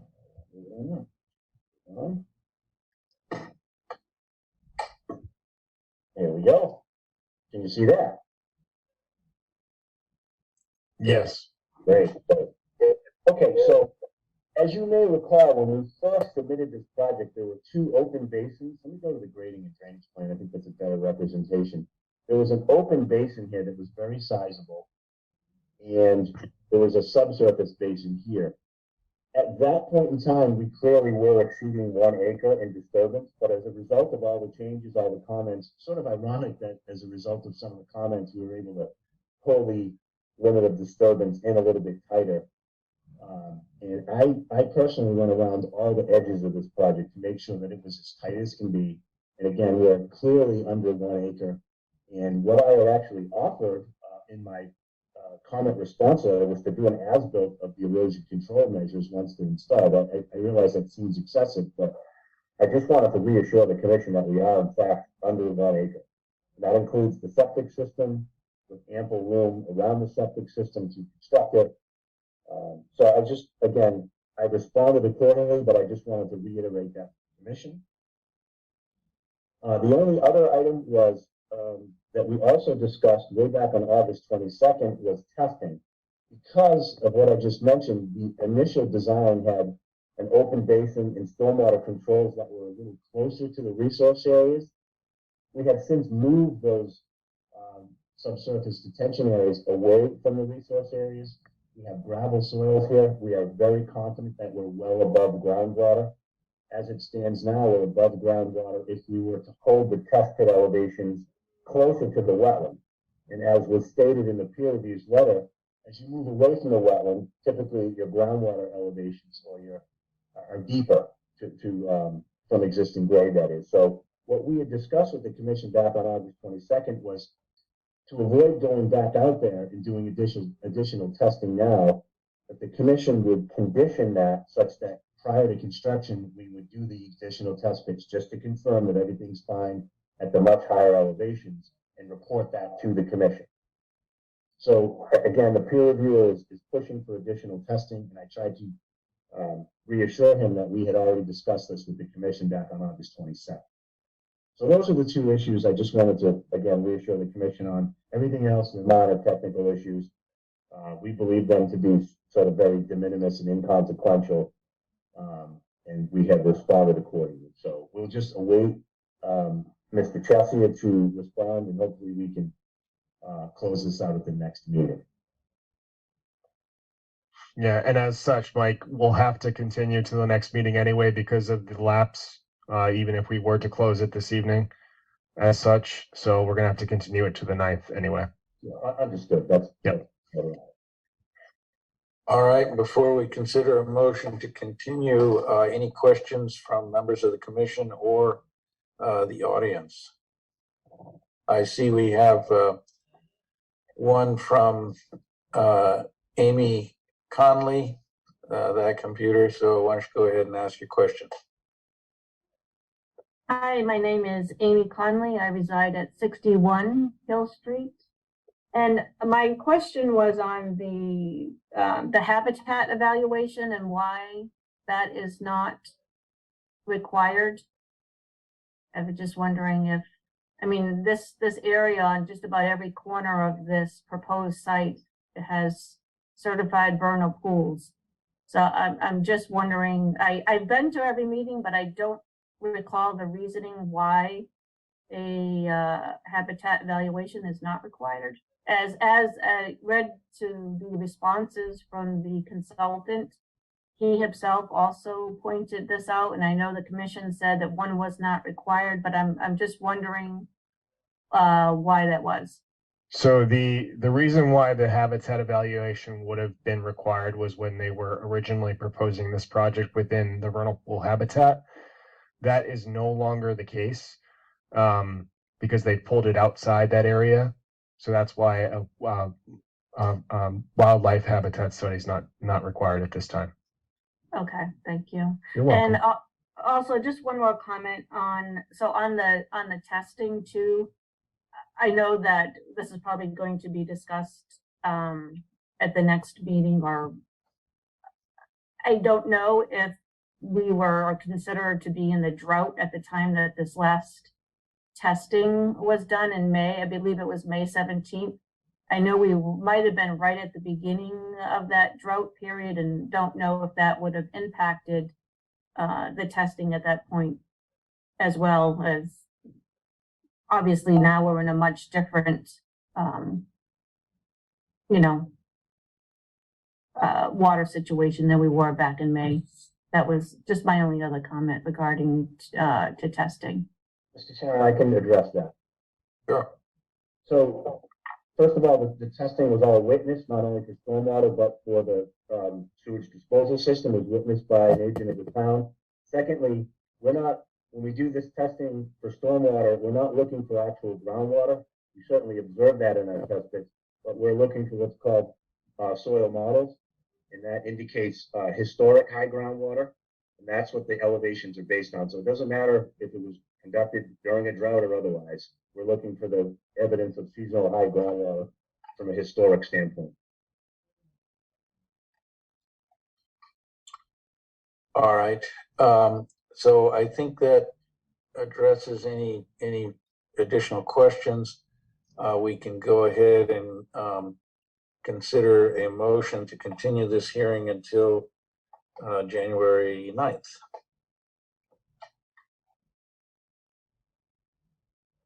So moved. All right. Second. Okay, so Ron got the motion and Dan got the second. So again, roll call vote, starting with Mark and Carrie. Aye. Aye. And Ron and Dan. Aye. Aye. And Tama and Lisa. Aye. And I'll throw in an aye. So thank you for Mr. Dryden. Thanks, Mike. And we'll see you on the 9th. Very good. Thank you. Our last continued hearing tonight is notice of intent, file number 250-1105 Pine Street Cluster. And I saw Claire on the call. So why don't you go ahead and present? Thank you, Mr. Chairman. For the record, Claire Hogaboom with LEC Environmental Consultants, representing the applicant for this notice of intent application. The last meeting, I unfortunately was not able to be present because I had another conflict that ran a little late, and luckily Bob Forbes of Zenith, the engineer on the project, was present. I understand there were still a few outstanding items from that meeting, so I did review the meeting and I sort of understand what those outstanding items are. But first, I just wanted to go over some new information that came about since the last meeting, which resulted from a site visit that the project team planned with the peer reviewer. We had Amy Ball and Neil Price of Horsley and Witten at the site. John Thomas was also present, along with the engineer and the applicant. And the goal of that site evaluation was to review on-the-ground conditions in the context of our response to the Horsley Witten comment on the stream crossing standards in our wetland crossing location. And just to facilitate this discussion, I want to share my screen. Do I have permission to do so? Okay. Yes. Let's see. All right, I'm hoping to be sharing my plans. Can you see sort of a plan set before you? Okay. Yes. Okay, great. So just to put it into context, this is a plan that Zenith prepared that shows the contributing drainage area that was provided by the stream stats application in this dashed black line work. And just note the north arrow. So this is a little sort of shifted from what you would normally see on the site. We have Pine Street on the left side of the project, or left side of the plan. Briggs Street terminus right here. So this is the paper street that goes through the site. And then we have the rail trail just on the right of the page here. So we were on site together to walk the essentially drainage area and confirm if the stream stats drainage area was really, you know, reflecting what we were seeing on the ground from the survey level topography that we gained. And ultimately, what we determined is I provided these blue arrows to really give the idea of the direction of flow or, you know, hydrologic gradient within the wetland system. What we ultimately determined is that the hydrologic gradient within this larger system really discharged towards the pond. And there's a culvert beneath Pine Street that continues south of Pine Street, as opposed to the drainage areas A and B that Zenith produced in their drainage area report, where drainage area A goes directly towards our wetland crossing here, just in the southeastern portion of our site. And their conclusion was that drainage area B within the wetland system itself, it was sort of a flat area. There's a lot of small spot checks of elevation that create, how Bob explains it, like a saddle. And they determined that it could go in one direction or the other, really dependent on a storm event and water levels. But they conservatively included it in the drainage area that would completely contribute to our crossing area, for the sake of, you know, designing for an appropriate culvert size. Ultimately, the site evaluation was productive. I think we all learned a lot about the site. It definitely helped to get eyes on the site with everybody. And I believe I saw Amy Ball from Horsley Witten on, so she can definitely correct me if I'm misunderstanding anything. But we ultimately all agreed that it made sense that the A and B drainage area was what is contributing to our crossing location, and that we could essentially exclude this larger area that stream stats provided from our drainage analysis for the culvert beneath the wetland crossing. That being said, we had two outcomes that came from that site visit. One was that we actually discussed the off-site 12-inch culvert that's down gradient of our crossing. It's on the town-owned land, and I'll actually just to aid in this discussion, I'm pulling up Mass Mapper. And so the site is outlined in yellow and our crossing is in red here. And so our 12-inch culvert is just somewhere about here on the town-owned land. And when we were observing that 12-inch culvert, it was suggested that the applicant consider including as mitigation in the project to remove that 12-inch culvert and allow for more hydrologic flow through that area. And essentially, you know, install some sort of crossing. And, you know, I understand it's town-owned land. There's a few administrative things to work out with an idea like that. And I know John Thomas offered to take on a little bit of that discussion with us in the background. I'm very open to hearing what the commission members have to say about that. But it is something that the applicant is open to including as mitigation. The second thing that we came out of the site visit with is that Horsley Witten continued to request that we consider a box culvert as opposed to a round culvert in our crossing. So that's something that Zenith is taking back to the drawing board just to confirm what size box culvert will work for the drainage area we all agreed on. So we haven't come up with that design quite yet, but it is also a note that the applicant is willing to work with, and I believe we're going to work towards the box culvert. That's a lot of information, and I do know I mentioned the two comments that are on my mind from the last meeting. One was about the Army Corps that I just want to help clear up if there are any questions. Another was wildlife, but I just wanted to pause here if there are any questions about what I just went over with the drainage area and the wetland crossing. Do we have any information about why the town put the 12-inch in, or when it was put in? Was it in conjunction with those residual drying beds for the sewage disposal units that we're seeing, or?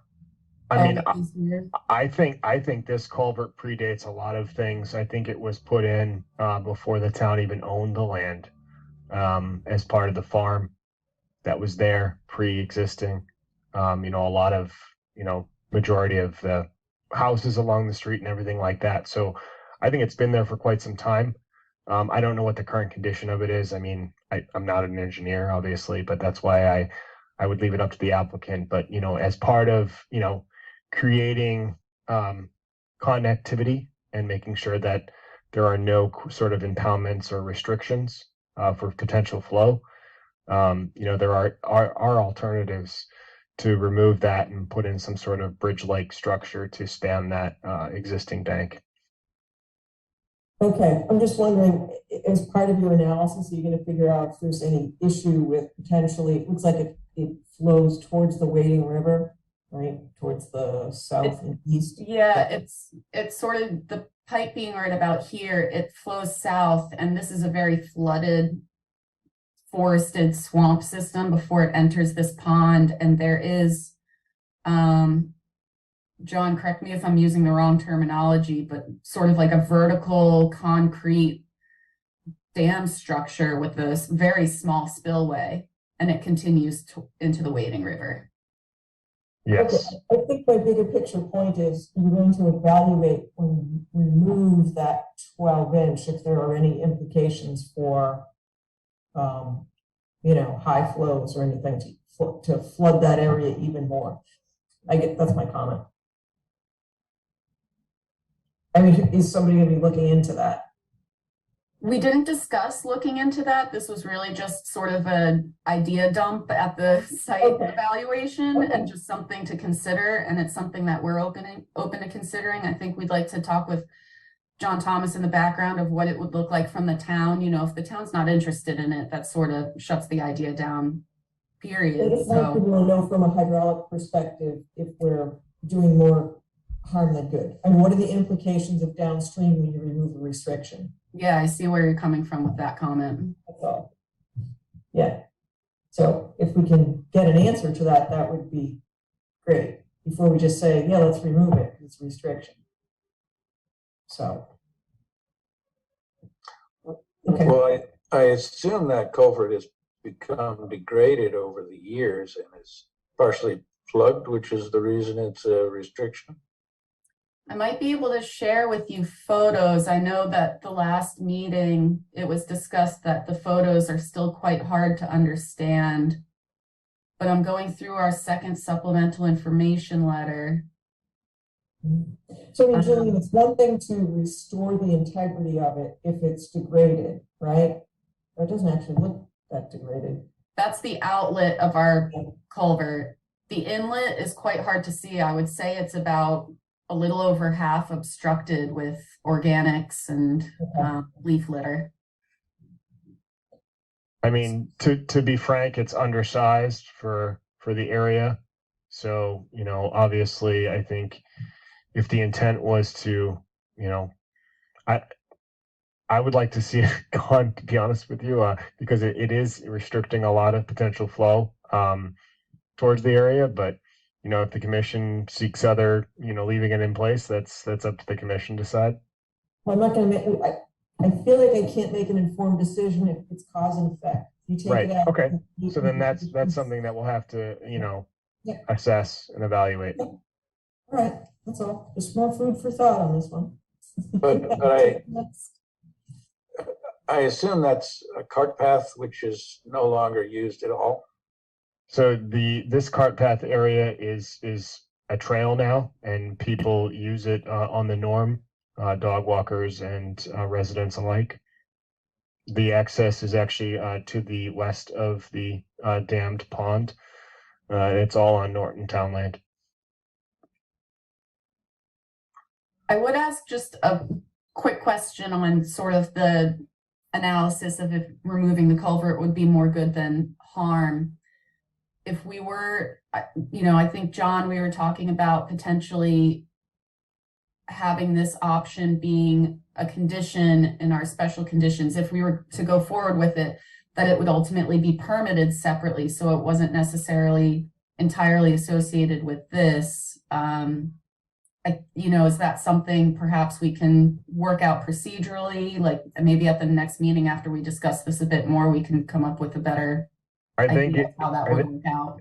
Yeah, I think as part of the topic for discussion, this would be something that would be conditioned, and the town itself, with the help of the applicant, would be able to achieve this project, but it would be the town that would be in charge of making sure that all the necessary permits are obtained for this. And I most certainly would be able to do that, because I know that it's undersized and it could potentially complicate things as a result of this project going in, or potential issues moving forward. We just want to make sure that the flow is not restricted for this project.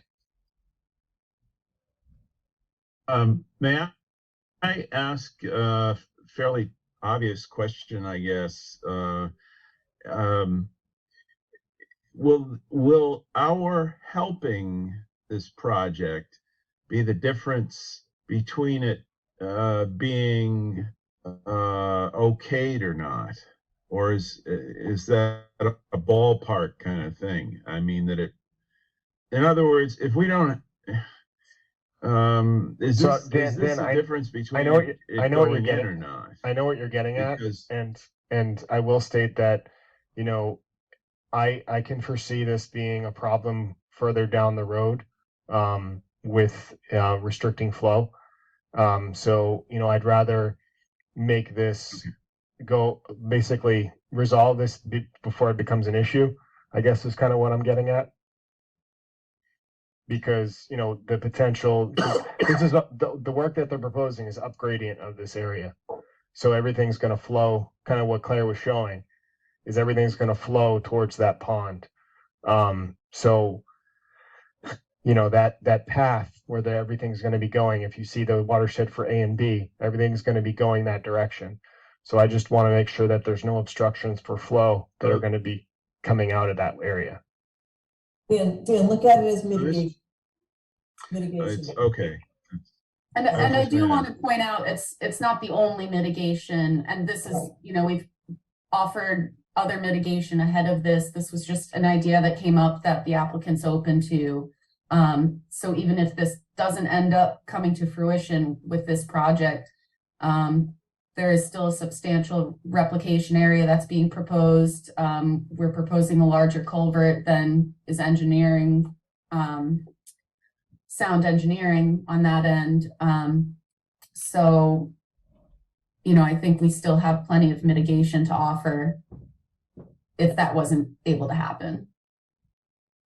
But I think we need to clarify that this is a structure on town land which is not being maintained, and the town is obligated to either maintain it or remove it as a potential obstruction for flow for upstream landowners. So this is not really the mitigation, from my view, is not really a form of assistance for an applicant as much as the town meeting its obligation to maintain a structure on its property.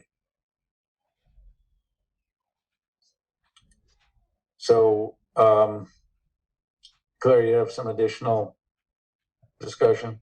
Yes, if we're all set on this comment, I'll make it quick because I know it's been a long night already for you guys.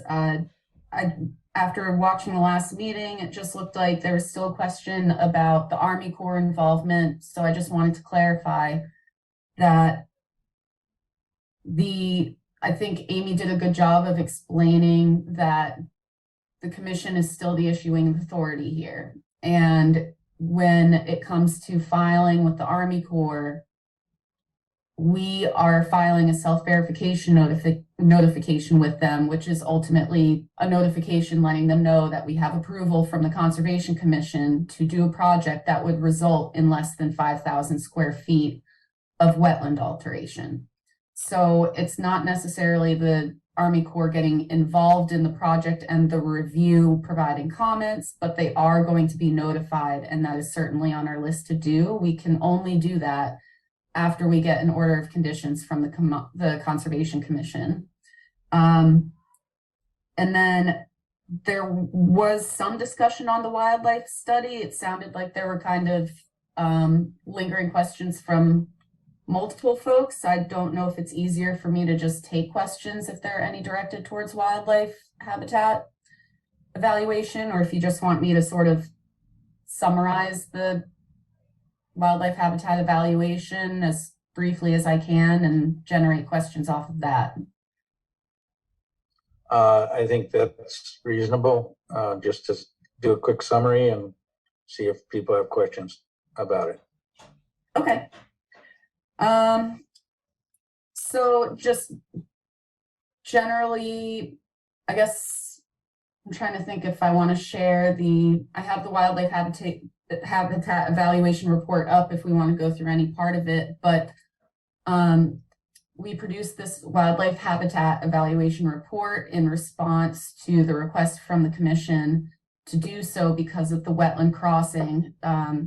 Now, it's a limited project, and as such, the wildlife habitat evaluation is not necessarily required unless requested. So because it was requested, we completed that, and in the context of this wildlife habitat evaluation report, it's really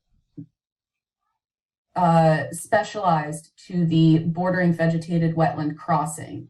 And the goal is to really evaluate the alteration to the BVW in the resource area for the important habitat features that, if they are present, should be avoided, and if they cannot be avoided, should be incorporated to any mitigation with the project to ensure that the alteration will not substantially reduce or impair the wetlands' capability to provide those wildlife habitat functions. So that's why our focus was sort of honed in on the BVW crossing itself.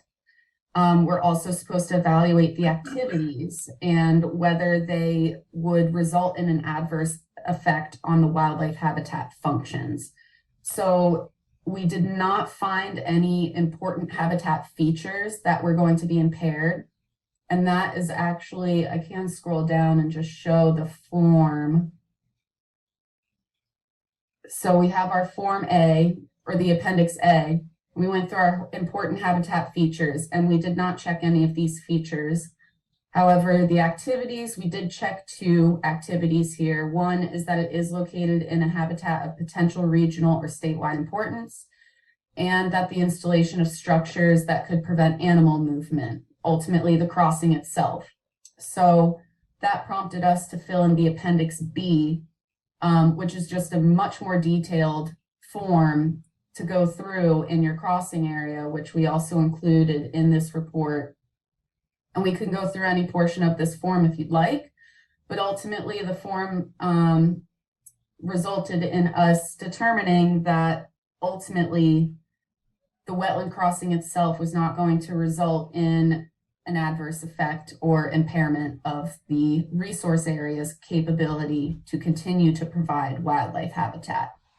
That being said, the importance of these wildlife habitat evaluations is to continue to evaluate the alteration's cumulative potential adverse effect on wildlife habitat. So that's why we look into the overall landscape and the context of habitat continuity and whether that wetland crossing is going to impede wildlife movement around on the site.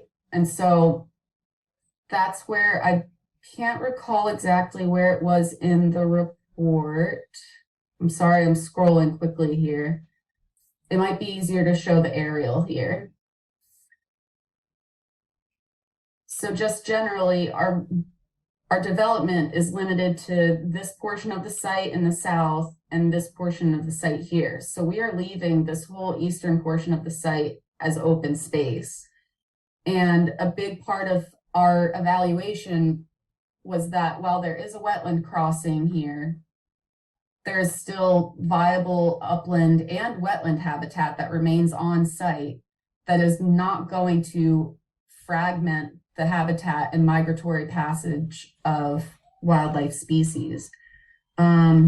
Ultimately, the crossing is not substantially reducing the site's capacity or the BVW's capacity to provide these functions for wildlife.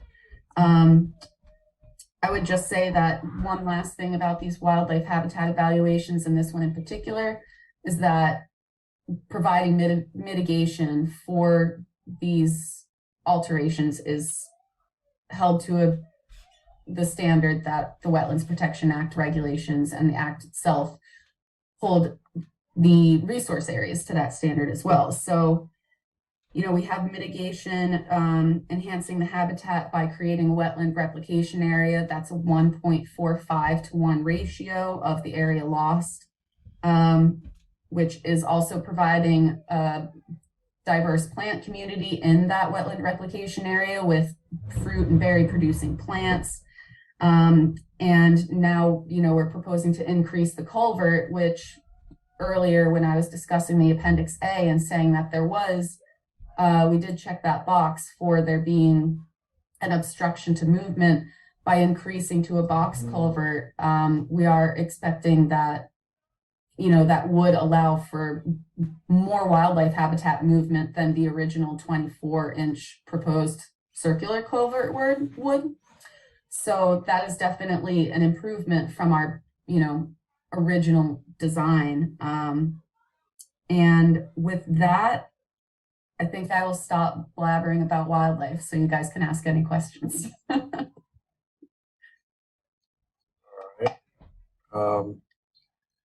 So any questions from members of the audience about anything that has been discussed thus far?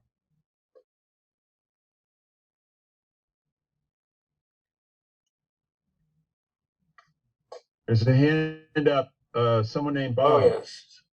All right, Bob, why don't you go ahead with your question? Yes, hi, Bob Butler, 133 Pine Street. So is there any concern with the wildlife study? I guess there'd be some impact, like during construction anyways, through that eastern portion that kind of goes through the vernal pool areas. I know like water main and sewer lines, I think, are going to be going that direction towards Briggs Street. So is there any concern that there's no wildlife study done in that area, at least? I know that, you know, it wasn't done in the more upland areas where the clusters are going to be, but I don't know if that area should be looked at. I imagine the commission members might have some interest in talking to this, but I do want to sort of add to the wildlife discussion that while the wildlife habitat evaluation report specifically addressing the wetland impact is quite, I wouldn't say it's so much limited. It did really, we did look into the habitat continuity around here. We also did provide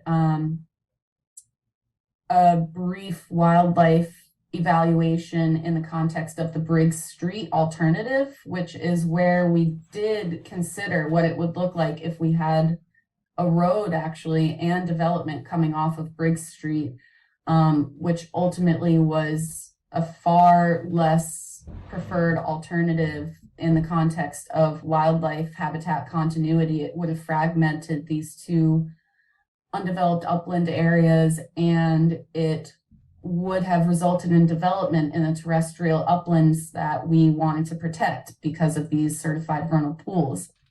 Now, that being said, that's a lot of permanent superficial development that we're talking about. I believe if we're talking about the subsurface utility installments, I think that's something we could potentially work out a time of year construction schedule to avoid any terrestrial overwintering scheduling that would conflict with these important species we're trying to protect.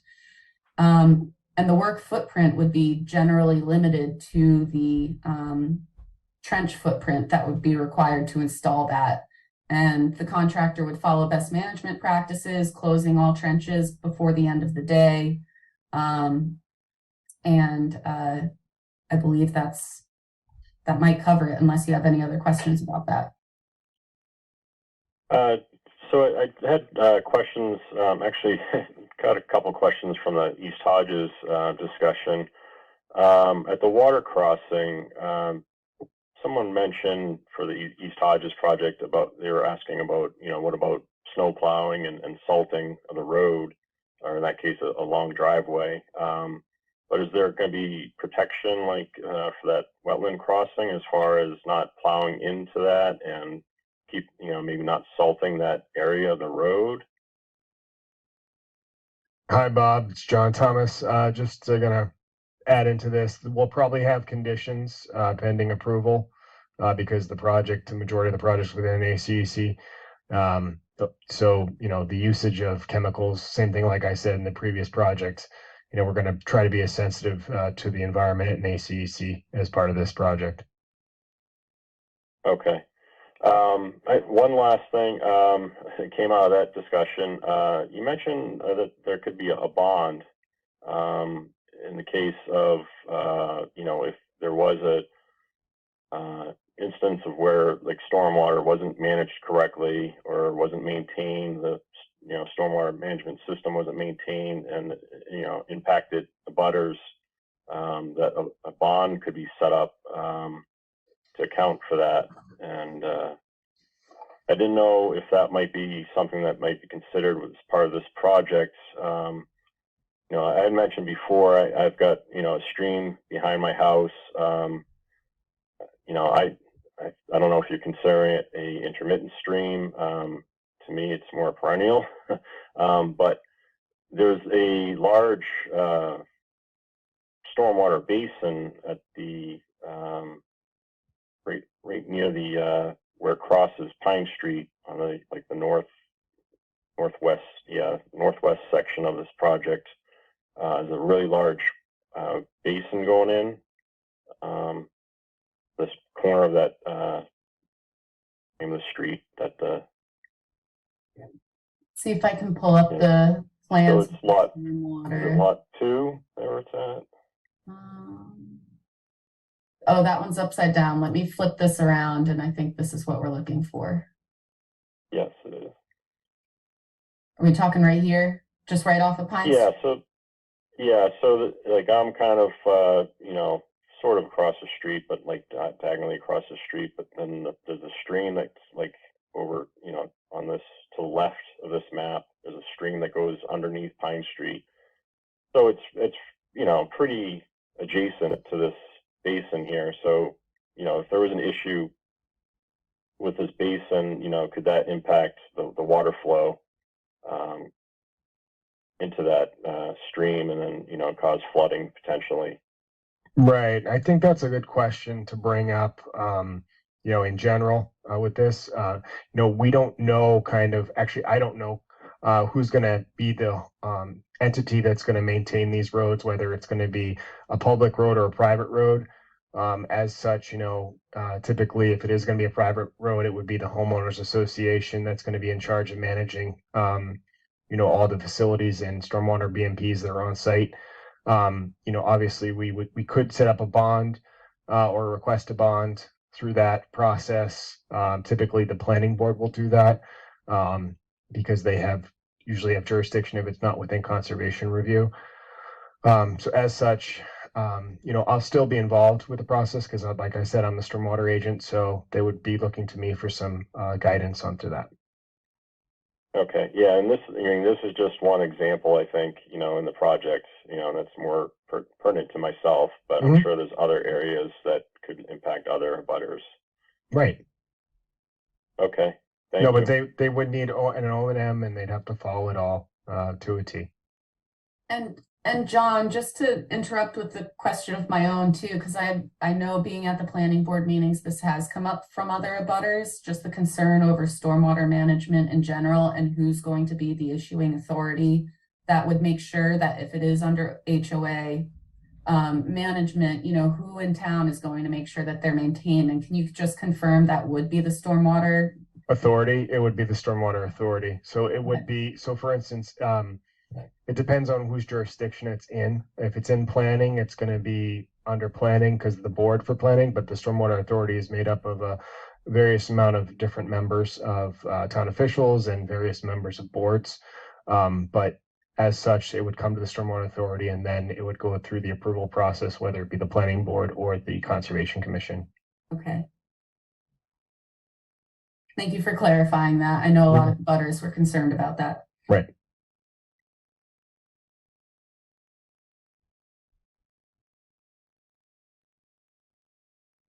All right. Do we have other issues that need to be clarified? Is there a, oh yes, we have Amy as the peer reviewer. I don't know if the peer reviewer wants to make comments, or Claire, have you completed your presentation? I have completed. I'll stop sharing unless you guys want me to keep anything up, but I'm happy to pass things along. And I don't know if there are any appropriate comments to be made by the peer reviewer or not. Hi, for the record, Amy Ball from Horsey Witten Group. I think Claire covered it pretty well. We had a good site visit last week and,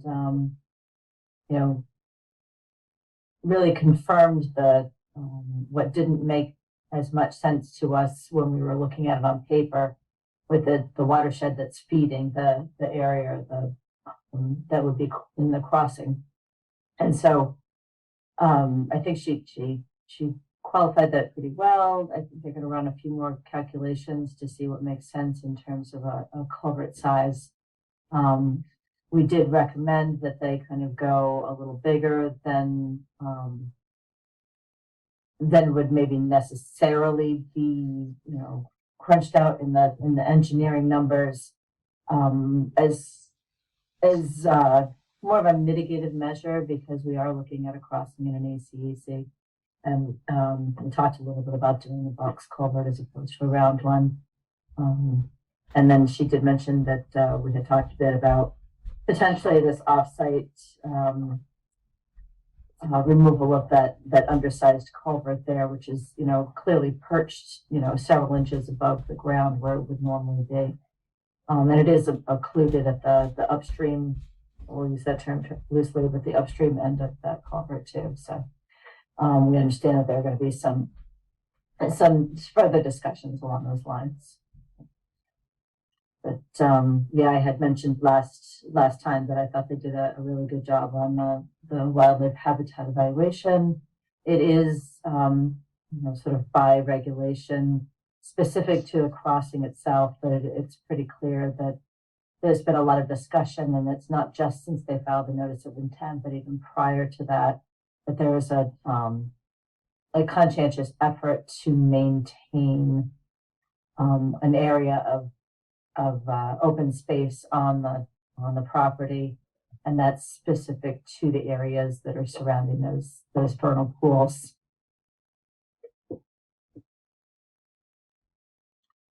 Dan, I'm sorry, is that directed toward me? Can you not hear me? No, I think I don't know if Dan just disappeared or, oh no. Dan, are you not unable to hear the discussion? Apparently you can. It appears from his gesture that perhaps not. I'm assuming everyone else is hearing the discussion. All right. Dan, it sounds like you may have to Well, we can't. Oh, I can hear again. Okay. All right. Okay. I think you might have been communicating with another galaxy temporarily, but at any rate. No. So we have. Ghost in the machine. Okay. So we have particularly the crossing size to be resolved, and so what I'm hearing is, unless there are further specific items to be discussed now, that this hearing needs to be continued. And our next meeting is on the 9th of January. I'm assuming that will be acceptable to try to resolve the details of the crossing. Yes, Mr. Chairman, I am very hopeful we can have something to the group. Just looking at the holiday coming up and everything, I would hope to have something in time by then. And if not, we will reach out to John and Megan for a continuance, just to, be able to give Horsley Witten enough time and the commission and John Thomas enough time to review everything so we can have a productive meeting. All right. Unless there are further questions or comments, we can consider a motion to continue file number, the hearing for file number 250-1105 until January 9th. So moved. Second. So we have a motion made by Ron and seconded by Lisa for continuation of the hearing. Roll call vote, beginning with Lisa and Mark. Aye. Aye. And Ron and Carrie. Aye. And Tama and Dan. Aye. Aye. And I'll throw in an aye. So thank you for attending tonight, and we'll either see you or hear about a continuation on the 9th. Sounds great. Thank you all for your time. Have a great evening. Thank you, Claire. Thank you, Amy. Thank you. We now have to step back to the hearing for, I believe it's 306-308 East Main Street, file number 250-1114, because it looks like we have representatives of the applicant now available. So why don't you guys go ahead? Good evening. This is Mark Arnold with Goddard Consulting here on behalf of the applicant. With me is Deshang Wang, who's the design engineer for the project. Our hope is for Deshang to be able to walk the commission through the comments that he issued in response to the peer review stormwater comments. Most of the responses and changes on the plans are mostly technical in regards to just locating certain measures, better labeling erosion controls, limits of work. In general, the scope of the project has not changed. The building has not changed. The basin really hasn't changed. It's just mainly just technical areas of the stormwater report and also the O&M plan that Deshang has done. And we hope that Deshang can just walk those through so that Janet, who's I believe on the call, can hear those, get any other clarification she may need, so that hopefully we can get a response from her before the holidays. So that way the team can spend our holidays responding to any comments that she may have. Hey, good evening, Deshang Wang. I hope we all stay awake. It's a long night for you guys. I'm going to share my screen. And, you're all set, Deshang. Good? Okay.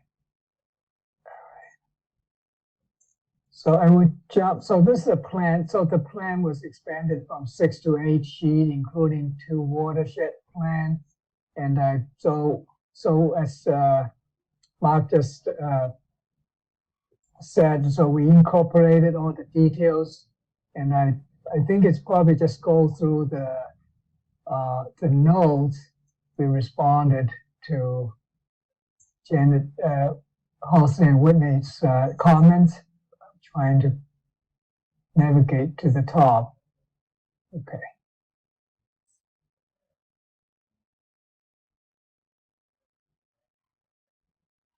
Hopefully it's big enough for us to see.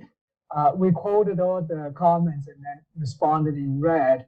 So all this is still, so the first comments is, it's about control points. So for standard one, which basically no new stormwater conveyance may discharge untreated. So the whole watershed technically consists of very permeable sand soils, and under existing condition in the field, we didn't really observe any discharging from the proposed work area. So Horsley Whitney recommended to consider 4 control points. At the working meeting we went through, 3 of them is basically a significant reduction to the northwest, and there's one offside to the east, and then there's an interior depression area, which is DP1, and so the another interior depression is DP4, which is actually is not interior, it's a catch basin. So we totally eliminated any the contribution of paved area turned into roof. So all these 3 points is literally there's not really will impact any resources. So the final control point is the wetlands. So I know just by talking about it's probably easy to get lost. But if I'm pointed to here,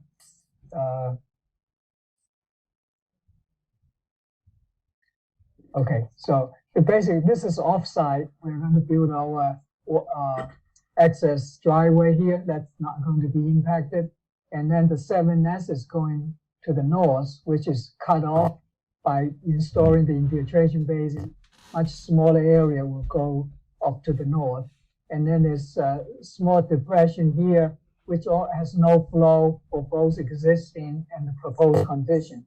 We can eliminate that. And then there's a catch basin over here.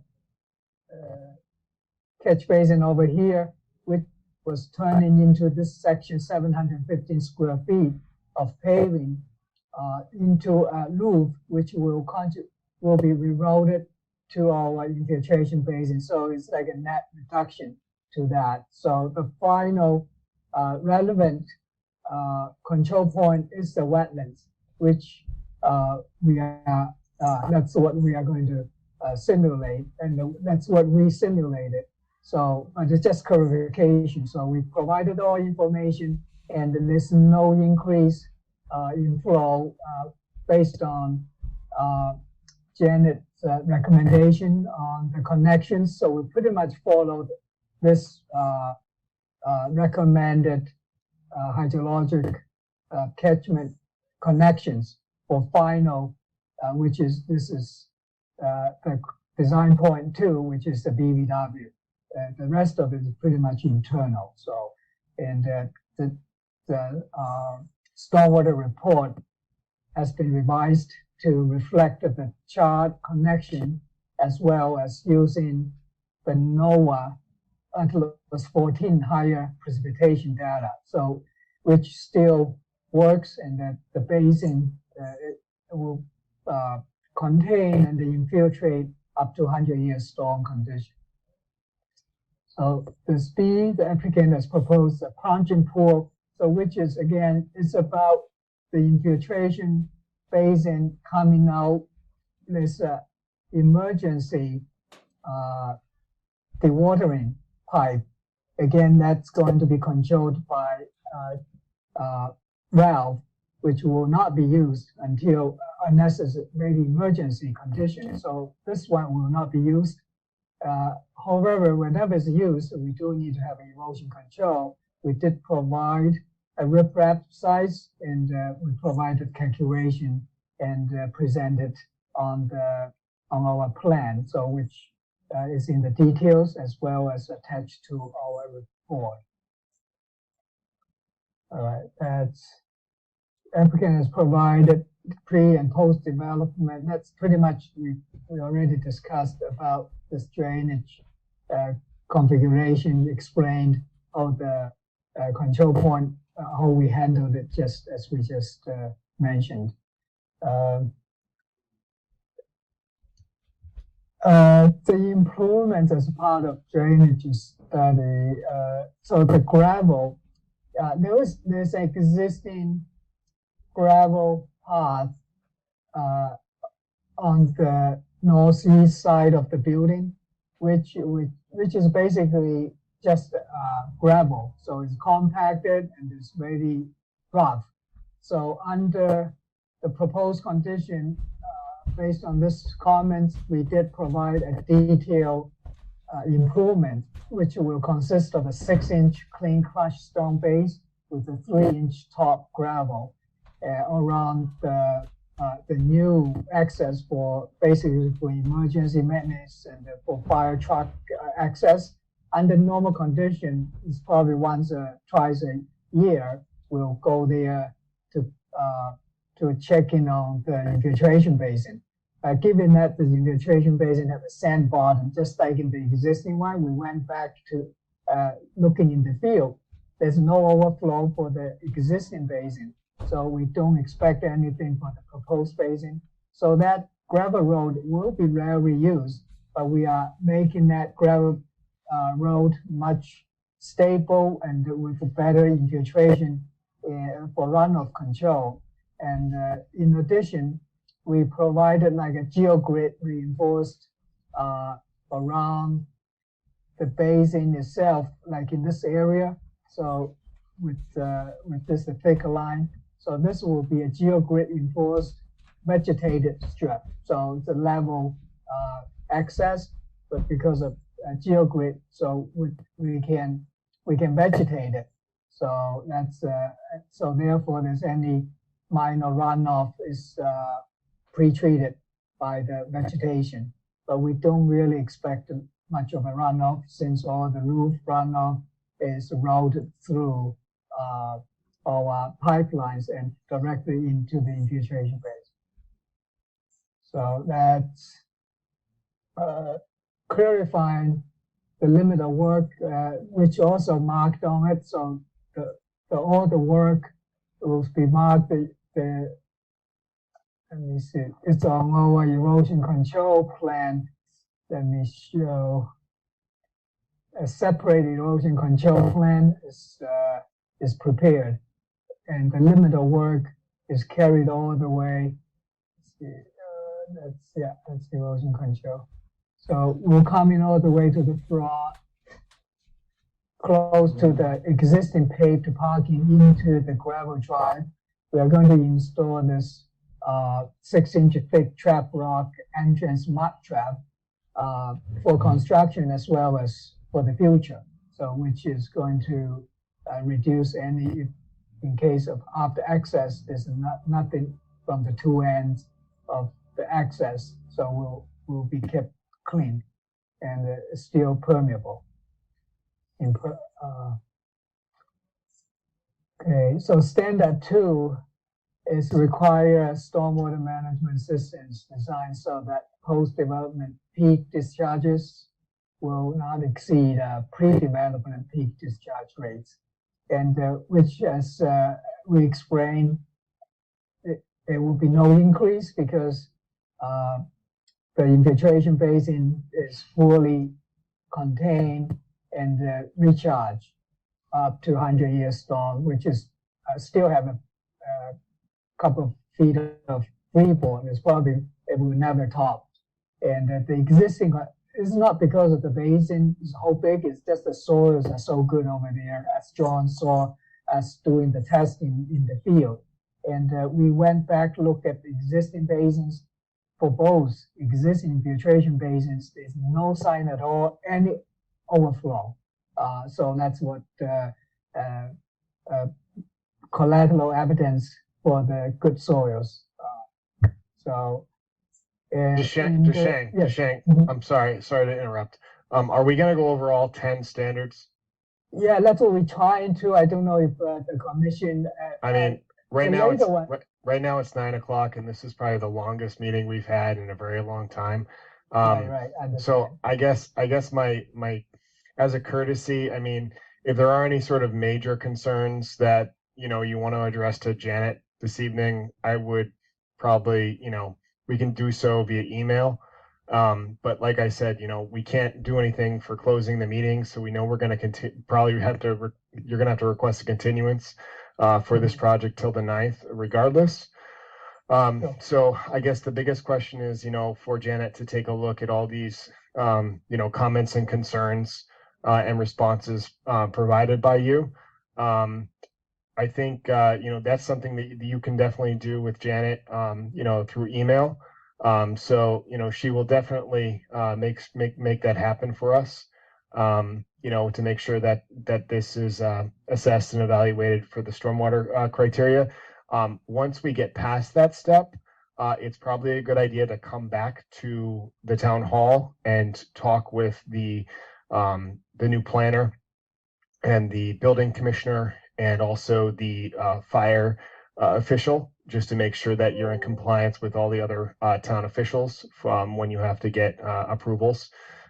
So, that's my only recommendations for you once you get past the stormwater stuff. Okay. Okay, now sounds good. Janet, do you have any preference? So in general, we probably talk about pretty much the most critical issues. So all the details on the plan as we expanded the plan, provided a separate erosion control included, all the details recommended by Janet at our meeting and in the comments. So I don't see anything we missed, but again, so I cannot speak for her, and I know she didn't have all the time to go through detail. I will make myself available. So Janet, if you have any specific days, except so tomorrow, Wednesday, I can't do anything. I'm in the field doing soil testing. So if you maybe early next week or Friday morning, so at your earliest convenience, if we want to connect it via Zoom or to go over anything you feel is not addressed to your expectation or need to be clarified, we can arrange a time, even if Tom has a time, we can have like a joint meeting just as we had last time. So yeah, my one question I'm wondering about is, we talked about the existing catch basin that you may not have been doing any work near, but if there was any opportunity to improve the runoff coming in, the water quality coming off of that existing catch basin that was in the back of the building. So I'm just kind of curious if you were able to talk to your client and see if there was any opportunity to improve that outfall. I know that most of the roof runoff is going to the large infiltration basin, and it has really good soils, and I heard that, and because it's in a watershed protection area, it would be nice to see if there was an improvement of the runoff of the catch basin that was not going to the infiltration basin. yeah, so I think, I don't know, Mark, you had any chance? I was cranking on those details, haven't really had a chance to talk to them. Maybe one thing we can take a look at it is definitely we can talk. If he hasn't, we can talk to. So Deshang, let me just jump in. So we understand the comment, and usually if we had an issue with compliance, we'd be more seeking to find other improvements. But we already have a reduced impervious surface runoff to that catch basin because of where the project lands, because we have roof actually replacing where pavement is. You're actually you end up with a reduced impervious surface runoff to the catch basin already. So there's a decreased runoff to the catch basin from volume, and also we're taking that water and sending it in a cleaner manner from the roof and then into the infiltration basin. So we have an improved condition under the stormwater conditions, which is what's sought for under redevelopment. So at that point, we feel that's sufficient to address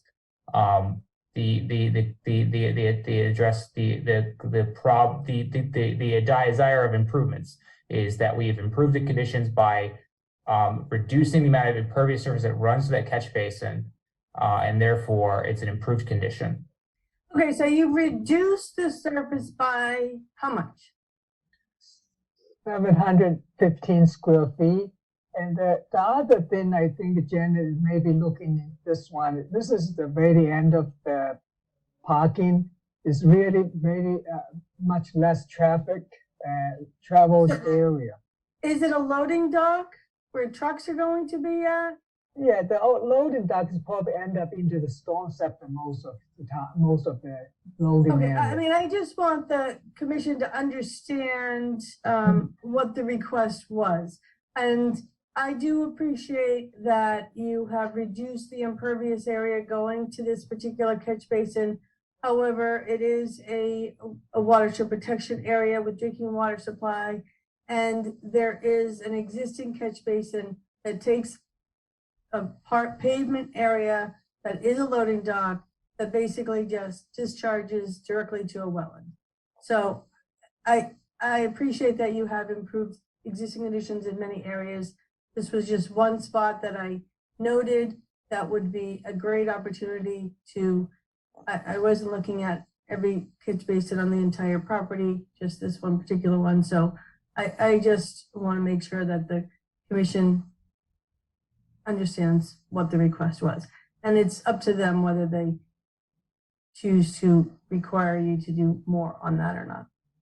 Well, Janet, could you just clarify? I mean, you say it's the commission's discretion to ask for that, but I don't think under the stormwater standards that's the case. I mean, we have, and just so the commission understands the context here, you have about there's only like a handful of loading docks that actually could get to this catch basin. All the other loading docks, 80% of them, are all going to catch basins that already have stormwater scepters in there. When this property was redone 10 years ago, there was tons of storm scepters. There's more storm scepters on this site than most commercial properties are. So one of my comments last time was for you to state that clearly. Has that been stated clearly in our can you please pull up narrative? the plan that shows all the storm scepters? Because I know I saw it on the older plans, but I just want to make sure. Yeah, this plan is basically overall stormwater management, except probably just this one. The rest of Jay Shang, we can't see your plan. All right, so you can see this is a storm scepter one, and we have a list of here. We have a photo storm. Where's let me see. you can't see it. We can't see it, Shang. You got to reshare that screen. Oh, I didn't. Oh, I can't. So Janet, to your question, does it have a deep sump? Does it have a oil grease hood? Does it have anything? Can you see now? Yes. Okay, so Yeah. we have a total 4 storm scepters on the site, and 2 existing infiltration basins, which has no overflow at all. So with this plan is constructed during in 2006, so which was kind of reviewed under the stormwater handbook, pretty much, pretty new. So it's the average, in my view, definitely probably will have 80% removal because we have a storm. So Shang, let's walk through the plan that we have in front of you. So you can see CB number 1 is in the center of your plan, down left and lower center, and just above the paved parking area labeled there. Yeah. So that's okay. CB1. That's the catch basin that she's discussing, and you can see that there's only, I think, three loading docks in that area that go to that turnaround area. And then No, it may not the next go- area is CB number 2, and that CB2 has its own storm scepter. So that's the Right. one that's getting the majority of that loading dock area. And then as Right. you go to the left, the next catch basin also has. Just wait a second. The loading dock, it doesn't even go into that. The loading dock is going to this catch basin. So How this do is we a know roughly a that? watershed divide. You know, I'm sorry. I mean, it looks to me like I see 2 contours. I see a 96 and a Right. 94, and the 96 is taking everything in that corner and in those loading docks right to that catch basin. And my request was that you have a clear explanation of why it was impossible to improve the water quality coming from that catch basin, that one catch basin, to the wetland that it is discharging to, that's in the drinking water. So it sounds to me that there's still some unanswered questions that need to be addressed with regards to the peer reviewer's assessment for the catch basin. It is within very close proximity to the project work area. So maybe some additional topo shots or something like that to really figure out where that water is draining to and whether it's, going to that catch basin or if it's going to the I kind of think that's beside the point, John, at this point, because regardless of what's flowing to it, Janet's point is that it's one of the only catch basins right now that's directly contributing to a wetland that affords no water quality treatment. Right, so it needs to be upgraded to assure the Forget the spot shots, forget everything else. We're asking you to upgrade the catch basin to improve water quality as a direct discharge to that wetland. Yeah, okay, no, it's a point, we, at the meeting, I guess, we will not say, at the time, we understand it would say, well, we improved it since it's existing, it's to the maximum extent, feasible to bring everything, to the compliance, and I guess the stormwater management requirement is not one specific one, it's more overall the site meet the water quality treatment for 80%. If we going to do a calculation, so let's talk, if we can do under the existing condition, if we do a calculation to show it's in compliance, if that on top of that is still, Janet, is still your opinion, we have to bring that one single catch basin into compliance rather than to looking at it as holistically, we will comply. So we understand this is a little discretion. Everybody could have a different view of it, especially reading it. So we were reading that this site is in compliance as it was approved and constructed under the current stormwater standards. It was not like in an ancient site. So, and from what I'm looking at overall the site, it is pretty in a very good condition. So we would discuss it. I do understand your point, and we will discuss. And I think Lisa's point is well taken too. So we will take in another hard look of it. If I'm zooming out, you see this is a huge site. This is really just little corner area which you have very little traffic, and that's what, from my perspective, why I feel was probably not necessary to add in another structure. But again, all right. So I think what you were saying is a little more discussion offline needs to happen. Yeah. And we already know that we need to continue the hearing. So I think this might be the time to do it unless there's some other pressing item that needs to be brought up. And maybe between the peer reviewer and the applicant, this can be resolved and we can discuss it on January 9th. So it sound like a plan? Yeah, just I kind of probably, I don't know if Janet had all his comments spoken, just we she get interrupted. So.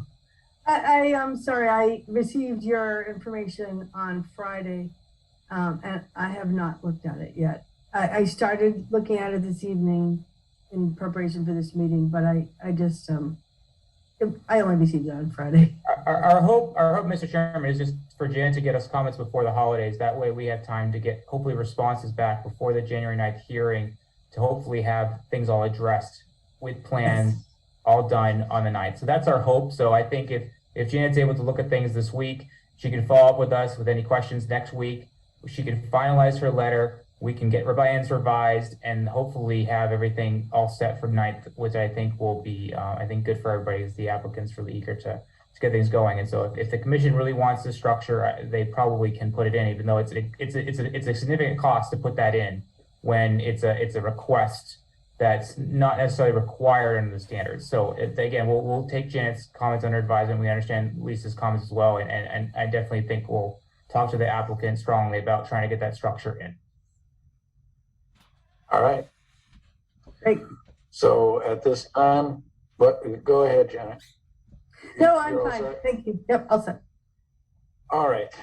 So I think unless there are other pressing comments, we can consider a motion to continue this hearing until January 9th. So moved. So I think Ron got the motion, and we're going to say Dan got the second. Is that a fair statement, Dan? Yes. All right. So we'll begin with a roll call vote, starting with Lisa and Mark. Aye. Aye. And we have Carrie and Tama, Aye. Aye. and Ron and Dan. Aye. Aye. And I'll throw in an aye. So thank you guys, and I think you guys can work toward resolving these issues, and we'll see you guys on the 9th. Thank you. Have a good night. Thanks, no. Bye. You bet. So our next item is an application for a certificate of compliance for 461 South Worcester Street. Hey, Julian, with regard- sorry. I just want to interrupt and just for the record, I'm recusing myself from this one. Okay, all right. But we need to define, is this a full certificate or partial? This is a full certificate. Okay, and by your inspection, everything is all set, stabilized, Yes, consistent with the original plan. I reviewed the site. All of the visual barrier posts are put in per the order condition, and I also received all the natural heritage information that was requested as part of the order of conditions. So per my review of how the order was originated, it looks like they're in compliance per the plan and design with the as-built. All right, we can consider a motion unless there's further questions or discussion. I'll make a motion to issue a full certificate of compliance for DEP file 250-1046. Second. We have a motion. We have a motion by Lisa, seconded by Tama, to issue a full certificate of compliance for file number 250-1046. Roll call vote, starting with Dan and Lisa. Aye. And Carrie and Tama. Aye. Aye. And Ron. Aye. I'll throw in an aye, and next the record show that Mark abstains from this vote. Our next item concerns 300 South Washington Street, a notice for resource area delineation, and we have a draft.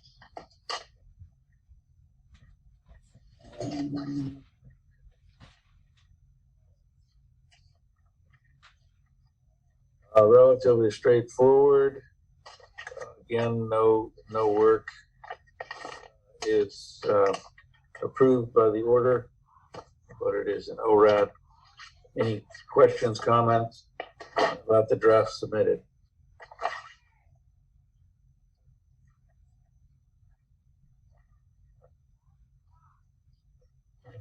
I'm assuming everybody's still awake on that one. And if so, we can consider a motion. I'll make a motion to issue it's an ORAD, right? Yes. Correct. ORAD for file 250-1117.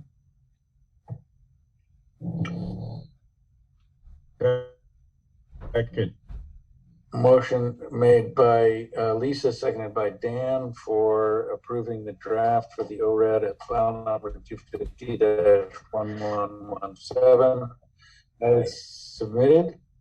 Again, a roll call vote beginning with Dan and Mark. Aye. Aye.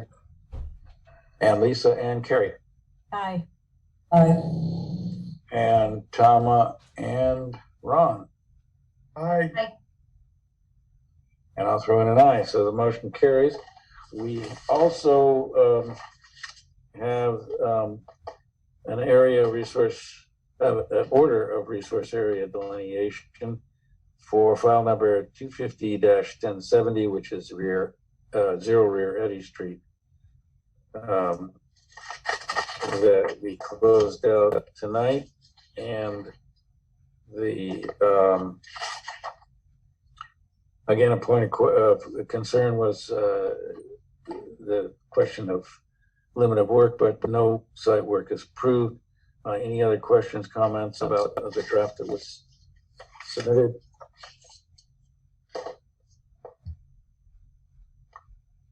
If not, we can consider a motion. So moved. Second. Motion made by Ron, seconded by Lisa, to approve the draft as submitted. And starting with Dan and Mark, how do you vote? Oh, I think I'm abstaining, but yes, right. Okay, so Dan is Mark is an abstention. Dan is an aye, and we have Lisa and Carrie can vote. Aye. Actually, may I just make one comment? Yes, go ahead. I think the apostrophes are backwards in O'Reilly. You might just change that. All right, Megan, get on that one. Megan, you still awake? I can't even see straight at this point. Well, I'm sure when you review the minutes, you'll say, "Oh my God!" But at any rate, let's go on with the vote. I kind of got lost. I think Tama has to be an abstention. I will throw in an aye, and I think Ron, aye. You can. Okay, so I think we have 5 ayes and 2 abstentions, and the vote carries. The motion carries. And we have one additional item, namely minutes from Monday, November 28th. And we that's had a right. full. Say again? Oh, that was my comment on the minutes. I apologize. All right. The apostrophes in O'Reilly are backwards in the minutes. That's all. Sorry. All of the minutes? Nothing. Never mind. All right. Do we have any other additions, deletions, corrections? And if not, we're ready for a motion. I just had one quick one, Megan. Can you check? I don't know where it was. Well, it was. I can't even think. It was the town hall project, and they talked about the septic system, and the word "collapsed" was in there. And I think I was asking about stabilization. Yeah, so I remember that they were talking about, you had asked what they were doing with the septic system, the old one, and they said they were gonna collapse it like safely, so that In it will, place. yes, in Oh, okay, I guess that was the word they used. Okay, that's fine. They also use the word crush, but I guess people don't like that word. Okay, that was the only comment I As had. long as it's not explode. So No, I that would be bad.